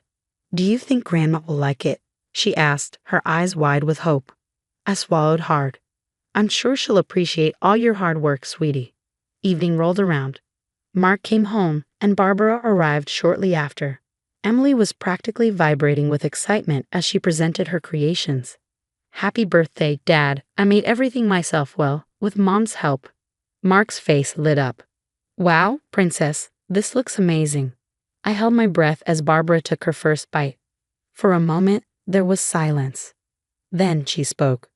Well, I must say, this spaghetti is terribly overcooked, and the meatballs are as bland as cardboard. The room went cold. Emily's smile faltered. I tried to keep my voice steady. Barbara, Emily worked very hard on this meal. She scoffed. And you let her waste all these ingredients? Look at the state of the kitchen, Sarah. Really, I expected better from you. Emily's lower lip trembled, and before I could stop her, she burst into tears and ran from the room. Emily, I called, rushing after her. Behind me, I could hear Mark trying to calm his mother. Mom, that was completely uncalled for. I'm just being honest, Mark, she retorted. The child needs to learn to take criticism. I found Emily curled up on her bed, sobbing into her pillow. My heart shattered. Oh, sweetheart, I whispered, pulling her into my arms. Grandma was way out of line. Your dinner was wonderful. But she hated it, Emily cried. I just wanted to make something nice for Dad. And you did, baby. Dad loved it, and I loved it. Grandma. Well, she has her own issues. Back in the dining room, Barbara's voice was getting louder. I will not apologize for speaking the truth. If you coddle her like this, she'll never learn. I'd had enough. Leaving Emily with a kiss on her forehead, I stormed back to confront Barbara. That's it, I snapped. I've put up with your criticism of me for years, but I draw the line at you hurting my daughter. Barbara looked shocked. Well, no, you never think about anyone but yourself. I cut her off. Emily is 10 years old. She poured her heart into this meal, and you crushed her. Mark stepped in. Mom, I think it's best if you leave. Barbara's face turned an ugly shade of red. Fine. If this is the thanks I get for trying to help, I'll go. She stormed out, slamming the door behind her. The silence that followed was deafening. Mark turned to me, his face a mix of anger and sorrow. Sarah, I'm so sorry. I had no idea she'd react like that. I sighed, suddenly feeling exhausted. It's not your fault, Mark, but we need to talk about this. Your mother can't keep treating Emily, like this. He nodded, running a hand through his hair. You're right. This can't go on. As we stood there, the remnants of Emily's lovingly prepared meal growing cold on the table, I knew something had to change. This wasn't just about a ruined dinner anymore. It was about protecting our daughter, our family, from Barbara's toxic behavior. In that moment, I made a decision. This would be the last time Barbara ever hurt my little girl. The days after Barbara's outbursts were tough. My sweet, bubbly Emily became a shadow of herself. No more cheerful chatter about new recipes or begging to help with dinner. It broke my heart. One night, after tucking Emily in, I found Mark in the kitchen, staring at the untouched cookbook Emily used to love. We need to talk about your mother, I said gently. Mark sighed. I know, what she did. It's unacceptable. I've never seen Emily so crushed. This can't go on, Mark. We need to do something. We stayed up late that night, brainstorming. By morning, I had a plan. I wasn't just going to sit back and let Barbara destroy our family. I started keeping a journal, documenting every snide comment, every backhanded compliment, date, time, exact words. I wrote it all down. Sarah, dear, are you writing a novel? Barbara asked during her next visit, eyeing my notebook suspiciously. Just keeping track of a few things, I replied sweetly. With Mark's agreement, I installed security cameras in our living room and kitchen. For security, I told Barbara when she noticed. Her pursed lips told me she wasn't buying it, but I didn't care. I also encouraged Emily to express her feelings through art. One day, I found her drawing a picture of a small, sad figure surrounded by sharp, angry red lines. What's this, sweetie? I asked gently. Emily hesitated. It's how I felt when Grandma yelled at me. My heart clenched, but I knew these drawings could be powerful evidence later. A few weeks in, I decided to confide in Mark's sister, Lisa. We met for coffee, and I spilled everything. Oh, Sarah, Lisa sighed. I wish I could say I'm surprised. Mom's been like this for years. What do you mean? Lisa's eyes welled up. She's always been critical, but it got worse after Dad died. Nothing I do is ever good enough. I thought I was alone in dealing with this. I reached across the table, squeezing her hand. You're not alone anymore. We need to put a stop to this, Lisa, for Emily, for you, for all of us. We spent hours talking, sharing stories, and formulating a plan. By the time we left the cafe, we had a solid strategy to expose Barbara's behavior to the entire family. Are you sure about this? Lisa asked as we parted. I nodded firmly. It's time Barbara faced the consequences of her actions. We're not just protecting Emily, we're standing up for ourselves too. That night, I filled Mark in on the plan. He looked worried but determined. I hate that it's come to this, he said. But you're right. Mom needs to understand she can't treat people this way, especially her own family. As I lay in bed that night, my mind raced with all we had to do. gather evidence, talk to other family members, prepare for the confrontation. It was daunting, but when I thought of Emily's sad eyes and Lisa's tears, I knew it was necessary. Sarah, Mark murmured sleepily beside me. Yeah. Thank you for standing up for our family, for not giving up. I smiled in the darkness. Always, we're in this together. As I drifted off to sleep, I felt a glimmer of hope. Barbara's reign of emotional terror was coming to an end. We were going to reclaim our happiness, our confidence, our family. And nothing, not even Barbara, could stop us now. 3 months of meticulous planning led to this moment. I took a deep breath, surveying our living room filled with family members. Barbara sat in the center, oblivious to what was coming. Thank you all for coming, I began, my voice steadier than I felt. We're here to address some concerns. I clicked the remote and the slideshow began. Barbara's eyes widened as her own voice filled the room, criticizing Emily's cooking. What is this? She demanded. This, Barbara, is the truth, I replied, advancing to a clip of her berating Lisa. As the evidence mounted, video clips, audio recordings, Emily's heartbreaking drawings, Barbara's face cycled through shock, anger, and disbelief. You've all been spying on me? She sputtered, but before she could respond, Mark stood up. No, Mom. We've been protecting ourselves. One by one, family members shared their experiences. Lisa spoke about years of criticism, while Mark's cousin Tom recounted the hurtful comments Barbara had made at his wedding. Barbara, Mark said firmly, this has to stop. You need help. Help? I don't need help. You're all overreacting to a bit of constructive criticism. Barbara snapped. I couldn't hold back anymore. Constructive? You crushed a 10-year-old's spirit. Emily hasn't cooked since that dinner. You've hurt everyone in this room with your criticism.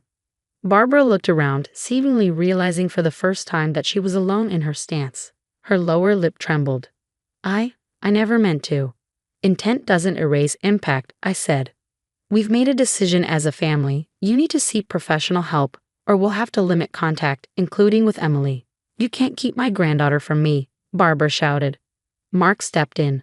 We can, and we will if we have to. Mom, please. We're not doing this to punish you.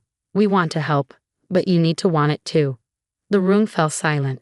Barbara looked from face to face, perhaps truly seeing the pain she caused for the first time. I don't know how to change, he whispered. Lisa reached out, touching her mother's hand. That's what therapy is for, Mom. We'll support you, but you have to do the work. Tears streamed down Barbara's face. I'm sorry. I'm so sorry. I steel myself. Barbara, I appreciate that, but sorry isn't enough. You've caused deep, lasting damage. It'll take time and effort to heal. Barbara nodded slowly. I understand. I'll get help. I promise. As the family meeting wound down, I felt a weight lift off my shoulders. It wasn't over, far from it, but it was a start. Later that night, as Mark and I got ready for bed, he pulled me into a hug. You were amazing today, Sarah. Thank you for fighting for our family. I leaned into him, exhausted but proud. We did it together. All of us. The next morning, I found Emily in the kitchen, tentatively flipping through her old cookbook. Hey, sweetie. What are you doing? I asked. She looked up, a small smile on her face. I was thinking maybe we could make pancakes. My heart soared. That sounds perfect. As we mixed the batter and heated the griddle, I knew we had a long road ahead. Barbara would need time and therapy, and for now, we'd maintain limited, supervised contact. But as I watched Emily pour her first pancake, her confidence slowly returning, I knew we'd made the right choice. Standing up to toxic behavior isn't easy, but protecting our loved ones, especially our children, is always worth the fight. And as I helped Emily flip her slightly lopsided pancake, I silently vowed to always be her safe haven, her fierce protector, and her biggest cheerleader. After all, that's what being a mother is all about. Now I have a question for you. If you were in Sarah's position, would you have given Barbara another chance after her breakdown, or would you have maintained firm boundaries regardless of her promise to change? This situation isn't black and white. On one hand, Barbara's behavior caused significant harm, especially to young Emily. On the other, she's family and showed remorse. Where do you draw the line between forgiveness and self-protection?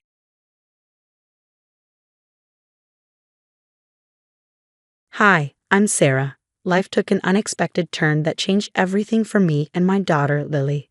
As a single mom and a school teacher, I lead a simple but fulfilling life in our tight-knit community where everyone knows each other. On a sunny afternoon, I decided to take Lily to the local playground after school. She adores the big blue slide there and could spend hours sliding down, her laughter ringing through the park. While she played, I chatted with other parents, soaking in the warm sun and the easy camaraderie. Suddenly, a woman I'd never seen before approached us with a determined stride. Her gaze was fixed on Lily with an intensity that made me uneasy. As she drew closer, her pace quickened, and her expression became frantic. She stopped in front of us, breathless and distressed. "Emily, Emily, is that you? Oh my God, you're alive!" she exclaimed, reaching out toward Lily. Lily, confused and frightened, ran over and clung to my leg.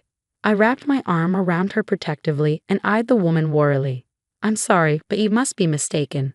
This is my daughter, Lily," I said cautiously. The woman, who introduced herself as Karen, was insistent. "No, I know what I'm talking about. That's my daughter, Emily. She was taken from me right here years ago. Look, she even looks just like me." Karen's agitation grew with every word, her voice rising and drawing the attention of everyone in the park. "I've been looking for her for years. You have my child," she shouted. Trying to stay calm, I replied, "I understand you're upset, but there's clearly a misunderstanding. Lily has been with me since birth, and I have all the documentation to prove it." But Karen wasn't listening. She began pleading with bystanders, "Please help me. This woman has my child." Her desperation was palpable, and soon someone called the police. As we waited for the police to arrive, I did my best to comfort Lily, who was now crying, frightened by the commotion. "It's okay, honey. Mommy's here. Everything will be all right." When the police arrived, they had to physically restrain Karen as she tried to pull Lily from my arms. "Please, officer, she's my daughter. You have to believe me." Karen was nearly hysterical, her distress heart-wrenching despite knowing her claims were unfounded. The officer, maintaining a calm demeanor amidst the chaos, said, "We need to sort this out at the station. We'll need documentation from both parties."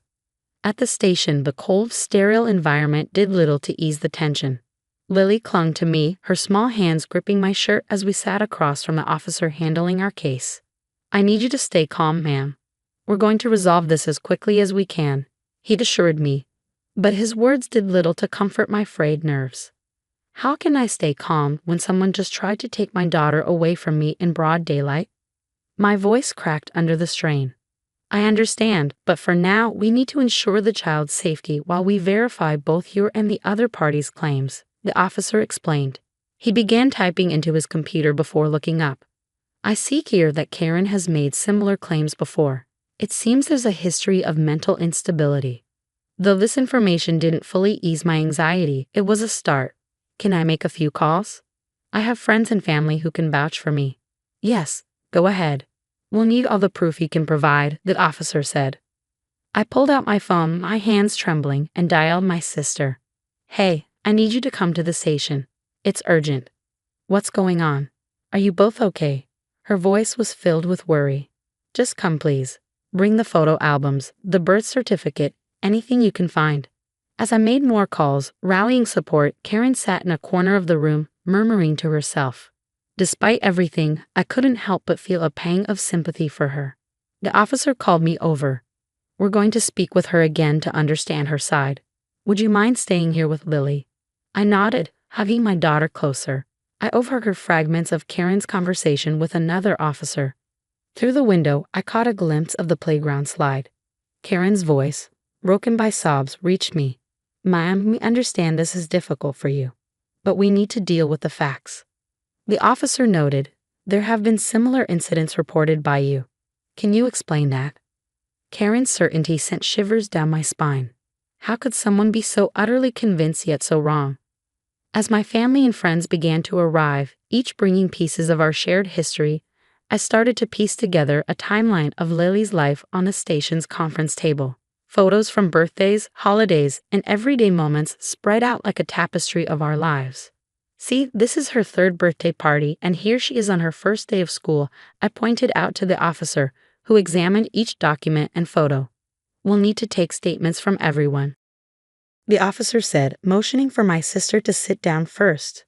As the hours passed, the stack of evidence grew, each piece reinforcing the truth of Lily's identity and my role as her mother. Yet the fear of what might happen if that wasn't enough lingered in the back of my mind. The station buzzed with activity as my lawyer arrived, folders in hand and a look of determination on his face. "Sarah, I think there's more to this than just mistaken identity. I've been digging, and it seems Karen's ex-husband, Mike, might be involved." "Involved? How?" I asked, my exhaustion momentarily forgotten. "Well, it looks like he's been in a bitter custody battle with Karen over their other children. I think he's using her condition to manipulate situations like this to get back at her." "That's monstrous. Using his own children and ex-wife's illness like that?" I couldn't hide my disgust. "Exactly. I think if we can get him to admit it, we can clear this up much faster and help Karen too." "What do you suggest?" "Let's set a trap. We'll pretend you're willing to negotiate some kind of settlement and get him to talk about why he's doing this. We'll record it." "Is that legal?" "With consent in one party states, yes. I'll handle the details. Just follow my lead." We arrange a call with Mike, using the pretext of wanting to avoid further distress for both families. Mike agreed, perhaps eager to manipulate the situation to his advantage. "So, Sarah, I hear you want to settle this without more fuss." "Smart move." Mike's voice oozed fox concern through the speaker. "Yes, I just want what's best for everyone involved."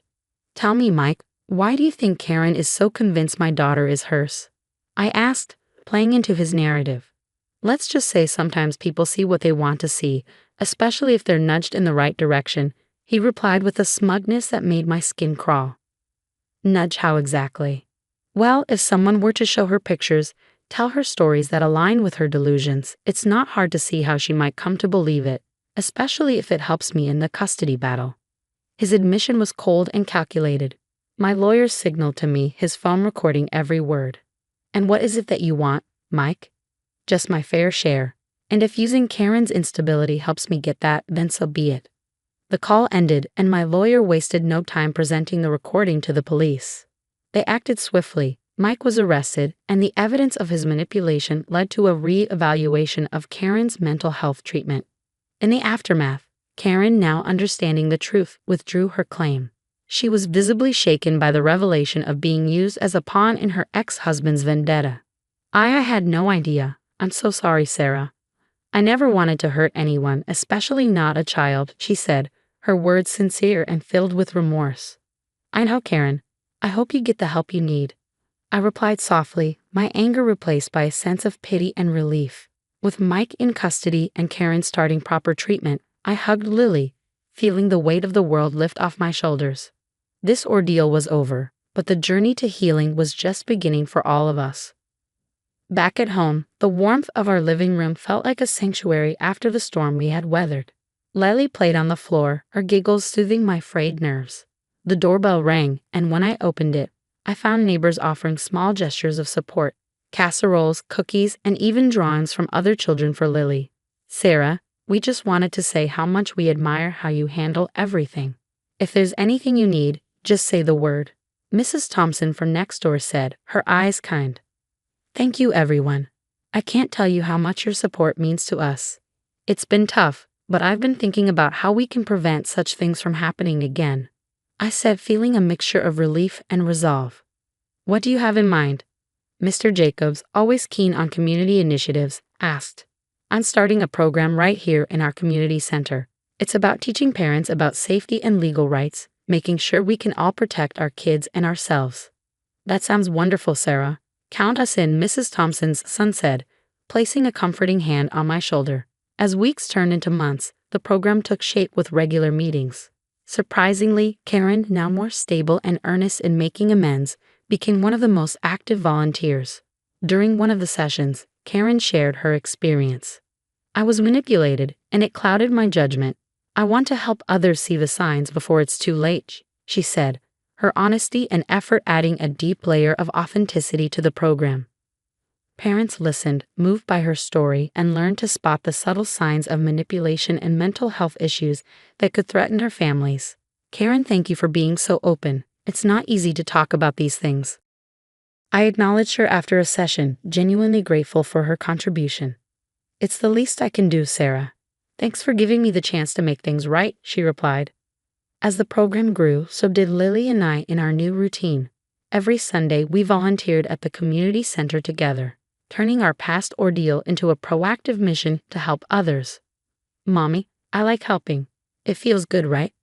Lily's innocent remark one Sunday morning made me pause. I realized just how much she'd grown through all this. "It does, honey. Helping others gives us strength we never knew we had," I said, smiling down at her as the sunlight caught her hair, turning it golden. It felt like the metaphorical light at the end of our tunnel. We walked hand in hand into the community center, ready to greet another day of making a difference. Our hearts were lighter, and our bonds stronger, a testament to our journey from victims to victors. The story has come to an end, but it leaves us with thought-provoking themes about trust, manipulation, and redemption. How would you handle a situation where someone falsely claims your child as their own? What steps would you take to protect your family while dealing with the accuser, who might be manipulated or suffering from a mental health issue? This scenario isn't just a test of our legal acumen, but also of our empathy and resilience. Share your thoughts and experiences in the comments below. Your insight could be invaluable to someone facing similar challenges.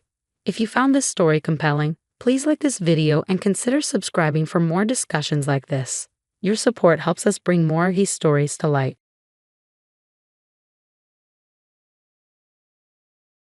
Hey, I'm Jessica, a 28-year-old who's just been through a whirlwind of emotions. Let me tell you about a day that was supposed to be filled with joy, but turned into one of the most shocking moments of my life. It was a sunny afternoon, and the living room buzzed with excitement. Family and friends gathered as Tom and I prepared to share some big news. Laughter and chatter filled the air, and the decorations fluttered in the light breeze coming through the open windows. "So everyone," Tom began with a wide grin, his arm wrapped around me, "we're thrilled to announce, we're expecting a boy." Cheers erupted, glasses clinked, and warm congratulations enveloped us. I couldn't stop smiling, my hand resting on my belly as I felt a kick. Our little one already seemed to know the celebration was for him. But suddenly, the atmosphere shifted. I noticed Ryan, Tom's brother, stiffen across the room. His face, usually calm, twisted in barely concealed anger. "Why does it have to be a boy?" Ryan muttered, loud enough for those nearby, including me, to hear. His fists clenched at his sides. "Ryan, what's wrong?" I asked, a nervous chuckle escaping as I tried to ease the tension.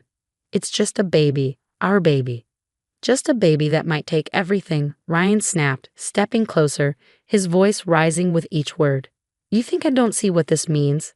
That boy will get everything, won't he? The business, the money, everything." Tom moved forward, protective. "Calm down, Ryan. You're being ridiculous. He's just a baby, our first joy." But Ryan wasn't listening. His eyes, dark with fury, were locked on me. "No, I won't let that happen." Before anyone could react, Ryan lunged. The room gasped as his hand struck my belly. The pain was sharp, more from the shock than the force. I stumbled backward into Tom's arms, the room erupting around us. "What are you doing?" Tom roared, holding me steady. "Are you insane?" Ryan stood there, breathing heavily, his hands still raised. Slowly, the reality of what he'd done sank in as the expressions around the room shifted from shock to disgust. I couldn't find my words. The sting of the hit lingered, but fear for my baby overwhelmed me.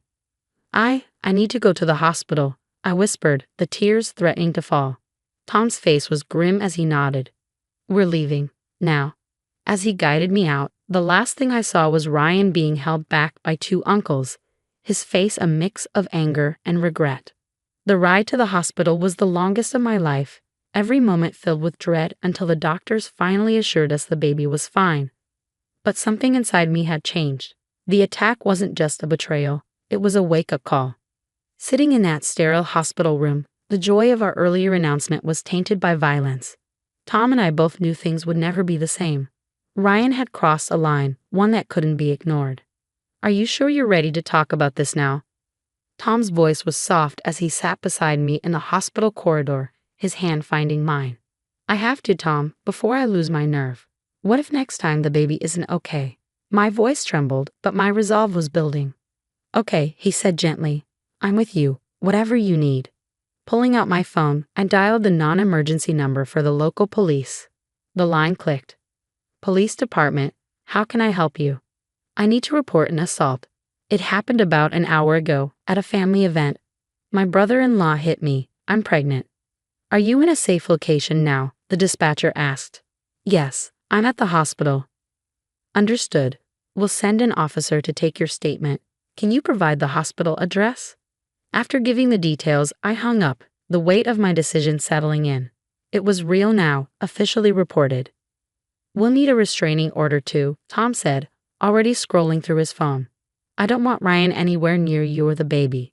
Yeah, I agreed, the disbelief still clinging to me. I can't believe he'd go this far, all over inheritance. Tom shook his head.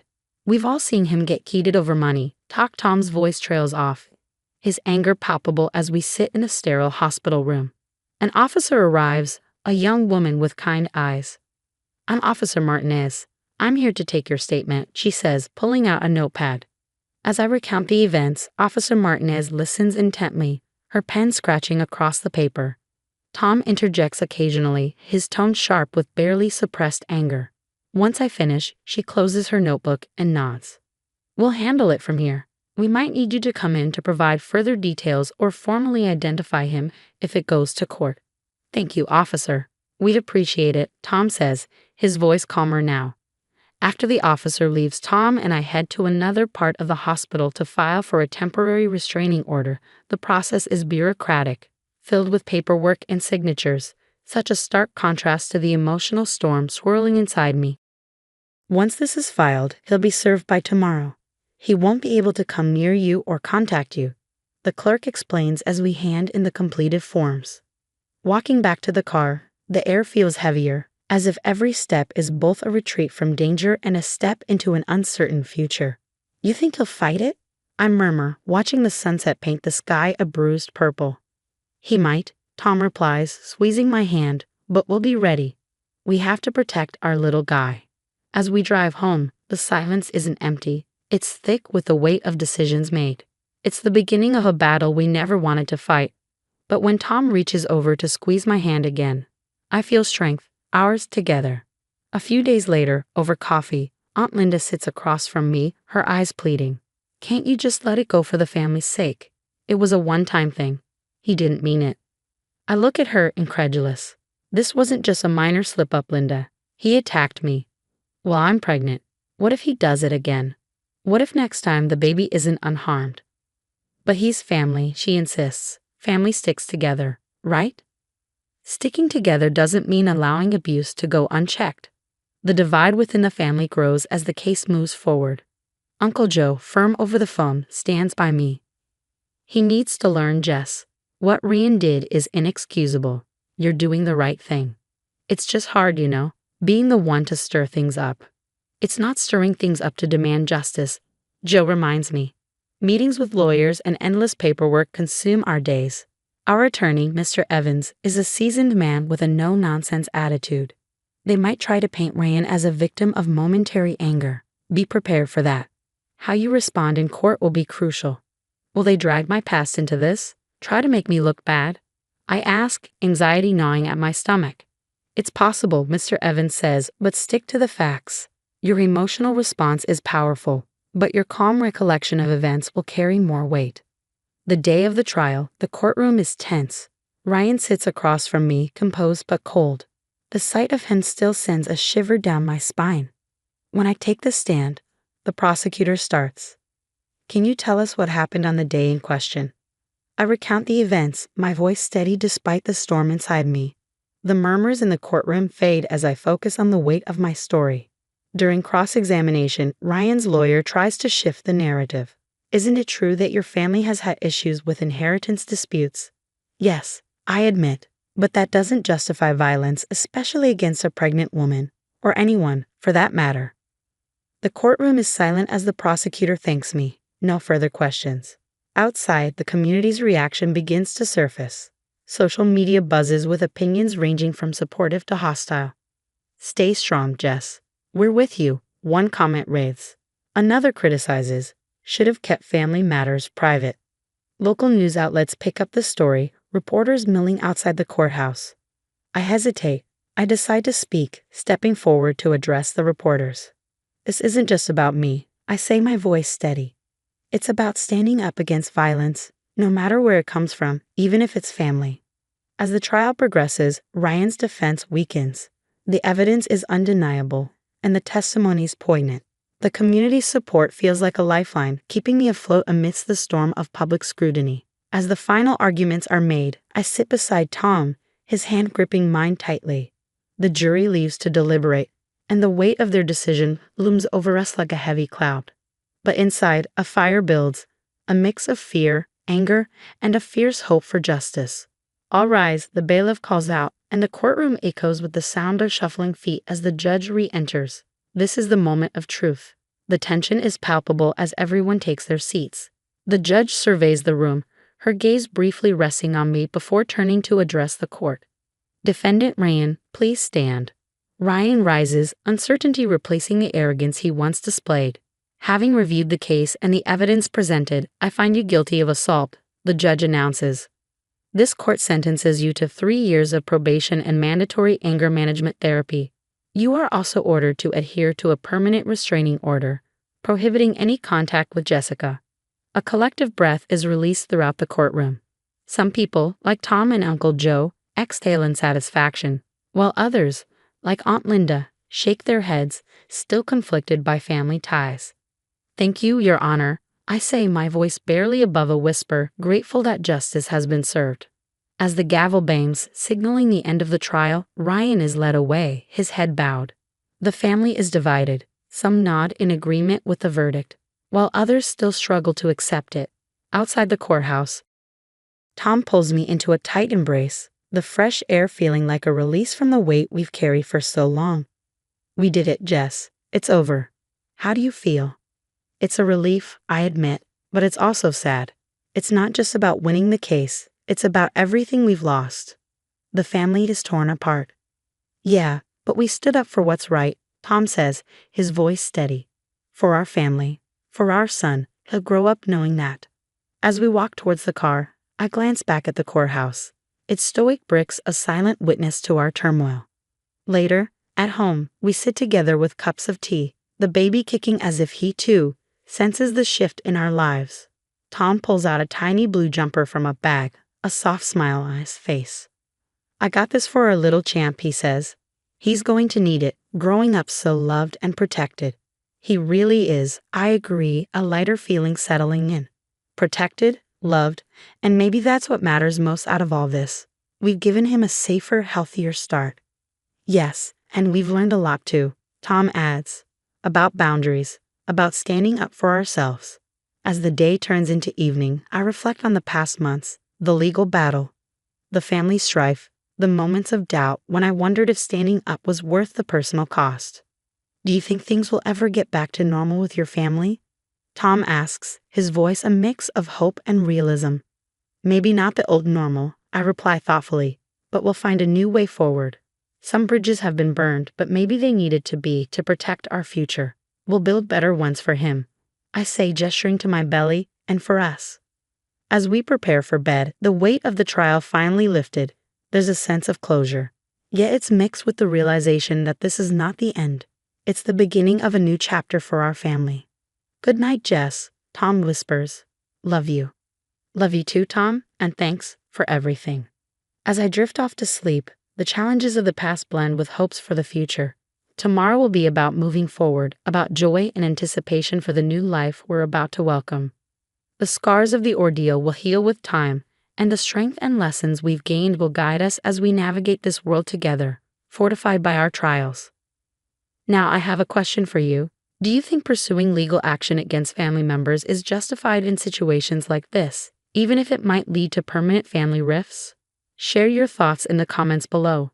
And don't forget to like this video if you enjoyed the story and subscribe to our channel for more content like this. Your support helps us keep bringing these stories to life.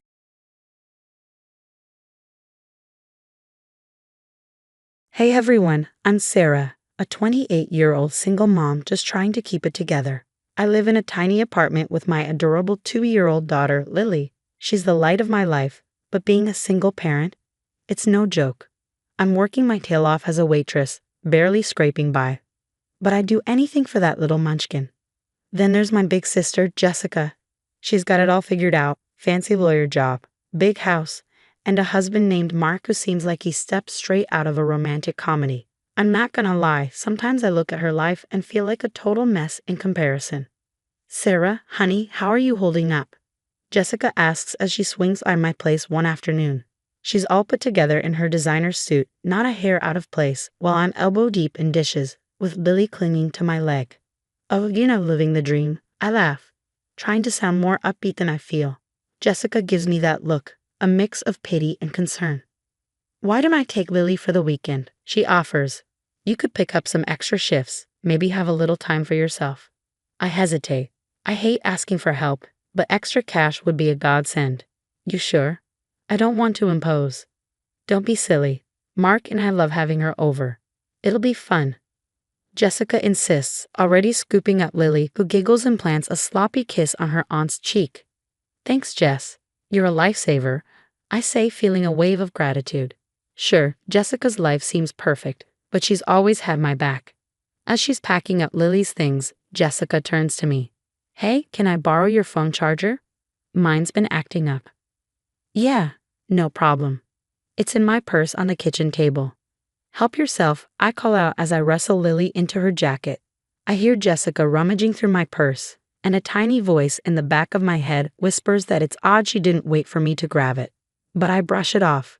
She's my sister, for crying out loud. Later, after they've left, I flop onto the couch, enjoying the rare silence. I should be cleaning or prepping meals, but instead, I find myself scrolling through Jessica's social media. Vacation pics, work achievements, lovey-dovey posts with Mark. It's like a highlight reel of the perfect life. I sigh, trying to squash the jealousy bubbling up. Get it together, Sarah, I mutter to myself. Jessica's worked hard for what she has, and she's always there for me and Lily. As I'm lost in thought, my phone pings. It's a text from Jessica. * Lily's having a blast. Don't work too hard this weekend, sis. Love you both. * I smile, feeling a mix of emotions. Grateful for the help. Missing my baby girl, and yeah, still a little envious. But mostly, I'm just glad to have Jessica in my corner. A week flies by, and I finally get around to cleaning up the disaster zone that is my apartment. Lily's toys are everywhere, and the laundry pile could probably dress a small army. As I shove things into closets, don't judge, I spot Jessica's designer purse on the coffee table. How did I miss that? Better return this before she freaks out, I mutter, grabbing the purse. It's probably worth more than my entire wardrobe. But as I pick it up, it slips from my hands, spilling its contents all over the floor. Oh, come on, I groan, bending down to gather everything up. That's when I see it, a stack of official-looking papers. Curiosity gets the better of me, and I take a peek. My heart stops. These are adoption papers, with Lily's name on them. What the? My hands start shaking as I read through the documents. Jessica and Mark's names are listed as the adoptive parents. This can't be real. It's got to be some kind of mistake, right? What the heck is going on? I whisper, my mind spinning. Why would Jessica have adoption papers for my daughter? Then it hits me like a ton of bricks. My own sister, the person I trusted most in the world, is trying to steal my baby. The room starts to spin, and I have to sit down before I fall over. No, I mutter, digging deeper into the purse, desperate for some explanation. Something I'm missing. What I find next only deepens the betrayal. There's a birth certificate, a fake one, with Jessica listed as Lily's mother, forged medical records, and even a plane ticket to another state. Every new discovery feels like a stab to the heart. I can't breathe. I can't think. How could Jessica do this to me? To Lily? We're family, for crying out loud. My phone buzzes and I nearly jump. It's a text from Jessica. Hey sis, forgot my purse at your place. Can you bring it back later? I stare at the message, my stomach twisting. What do I even say? Sure, no problem. By the way, I found your secret plan to kidnap my daughter. Another text comes through. Also, Mark and I were thinking of taking Lily for another weekend soon. Give you a break, Rage boils inside me. A break? More like giving them a chance to disappear with my child. I sink to the floor, surrounded by the evidence of Jessica's betrayal, and let out a sob. What am I going to do? How can I protect Lily? Who can I even trust anymore? One thing's for sure. I'm not letting anyone take my daughter. Not Jessica, not anyone. I may be a struggling single mom, but Lily is my whole world, and I'll do whatever it takes to keep her safe. I take a deep breath, trying to pull myself together. I need a plan. I need help. But most of all, I need to keep Lily close and act normal until I figure out my next move. With shaking hands, I gather all the documents and shove them back into Jessica's purse. I'll have to pretend I never saw them, at least for now, but things will never be the same. Later, I'm sitting on Maya's couch, spilling my guts about everything I found in Jessica's purse. Maya's been my ride or die since high school, and right now, she's the only person I trust. Girl, this is some messed up stuff, Maya says, shaking her head. We gotta dig deeper. Something ain't right here. We start piecing things together, and the puzzle we uncover is ugly. Maya pulls out her laptop, scrolling through Jessica's social media. Hold up, Maya says, pointing at the screen.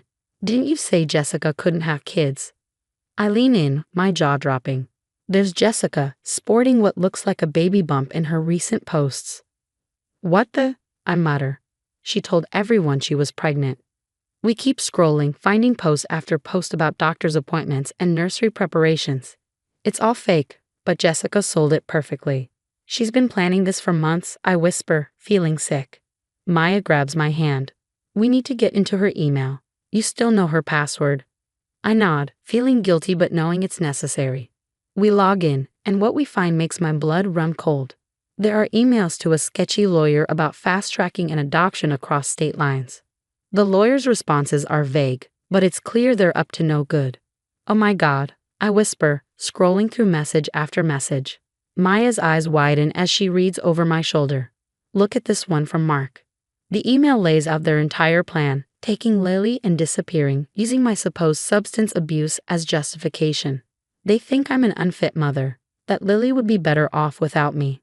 Substance abuse? Maya asks, confused. What are they talking about? You barely drink, let alone do drugs.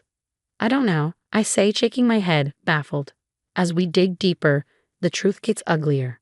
Jessica's been isolating me from friends and family for months, always with some excuse why I couldn't attend gatherings or why people shouldn't visit. Remember when she told you your cousin Amy was talking trash about you? Maya says. Bet that was a lie too. I nod, feeling like a fool for falling for it all. Even the financial help she's been giving you was part of her plan, making me dependent on her. But the worst is yet to come. We find a series of messages between Jessica and some guy about acquiring small doses of drugs. At first, I'm confused, then it hits me. Oh my God. I gasp, my stomach churning. She's been drugging me. That's why I've been feeling so off lately. She's been slipping stuff into my food. Maya looks horrified. She's setting you up to look like an addict. That's how she's planning to take Lily. The room spins as the full scope of Jessica's betrayal sinks in. My own sister has been poisoning me, isolating me, all to steal my daughter. What am I going to do? I ask, feeling more alone and scared than ever. They have money, connections. I'm just a waitress. How can I fight this? Maya grabs my shoulders, forcing me to meet her eyes. Listen to me. You're not alone. We've got evidence now. We're going to fight this, and we're going to win. I take a deep breath, trying to steady myself. Maya's right. I can't fall apart now. Lily needs me to be strong.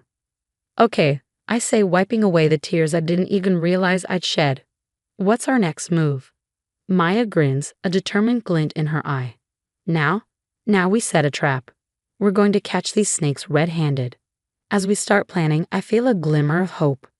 Jessica might think she's got it all figured out, but she doesn't know who she's messing with. I'm a mom, and I'll do whatever it takes to protect my baby. Watch out, sis, you picked the wrong mama bear to mess with. Later, I'm pacing my apartment, torn between wanting to confront Jessica right now and knowing I need to play it smart. Maya's been a godsend, helping me gather evidence and even hooking me up with her cousin, who's a lawyer. We need to catch her red-handed, Maya insists as she sets up hidden cameras around my place. Your word against hers won't be enough. I nod, feeling sick the day Jessica calls, offering to babysit again. I force myself to sound normal. That'd be great, Thanks, sis. When she arrives, I kiss Lily goodbye, praying it'll be the last time I have to leave her with that snake.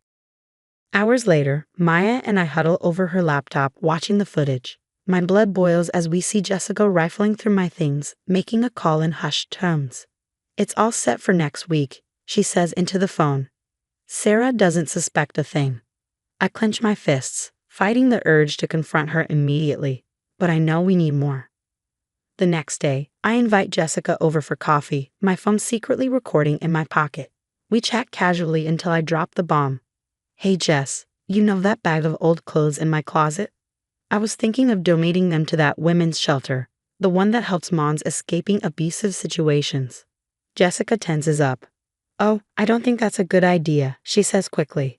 Those places attract unstable people, drug addicts and such. I press further, and Jessica takes the bait, launching into a rant about how those women are unfit mothers and how their kids would be better off adopted by stable families. It's all I can do not to scream at her, but with this, we finally have enough. The stage is set for the final showdown. I invite Jessica, Mark, and a few family members over for dinner.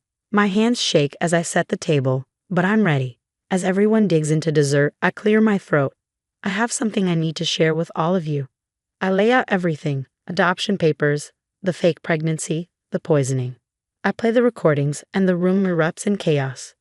Jessica jumps up, her face pale. She's lying. Sarah's unstable. She's on drugs. But Mark's expression tells a different story. Jessica, what have you done? He whispers, looking horrified. Turns out, Jessica had been manipulating him too, feeding him lies about my non-existent drug problem. He had no idea about the forged documents or the poisoning. As the truth sinks in, Jessica completely unravels. It's not fair, she screams. I deserve that baby more than her. I'm successful, I'm stable. Why should she get to have a child when I can't?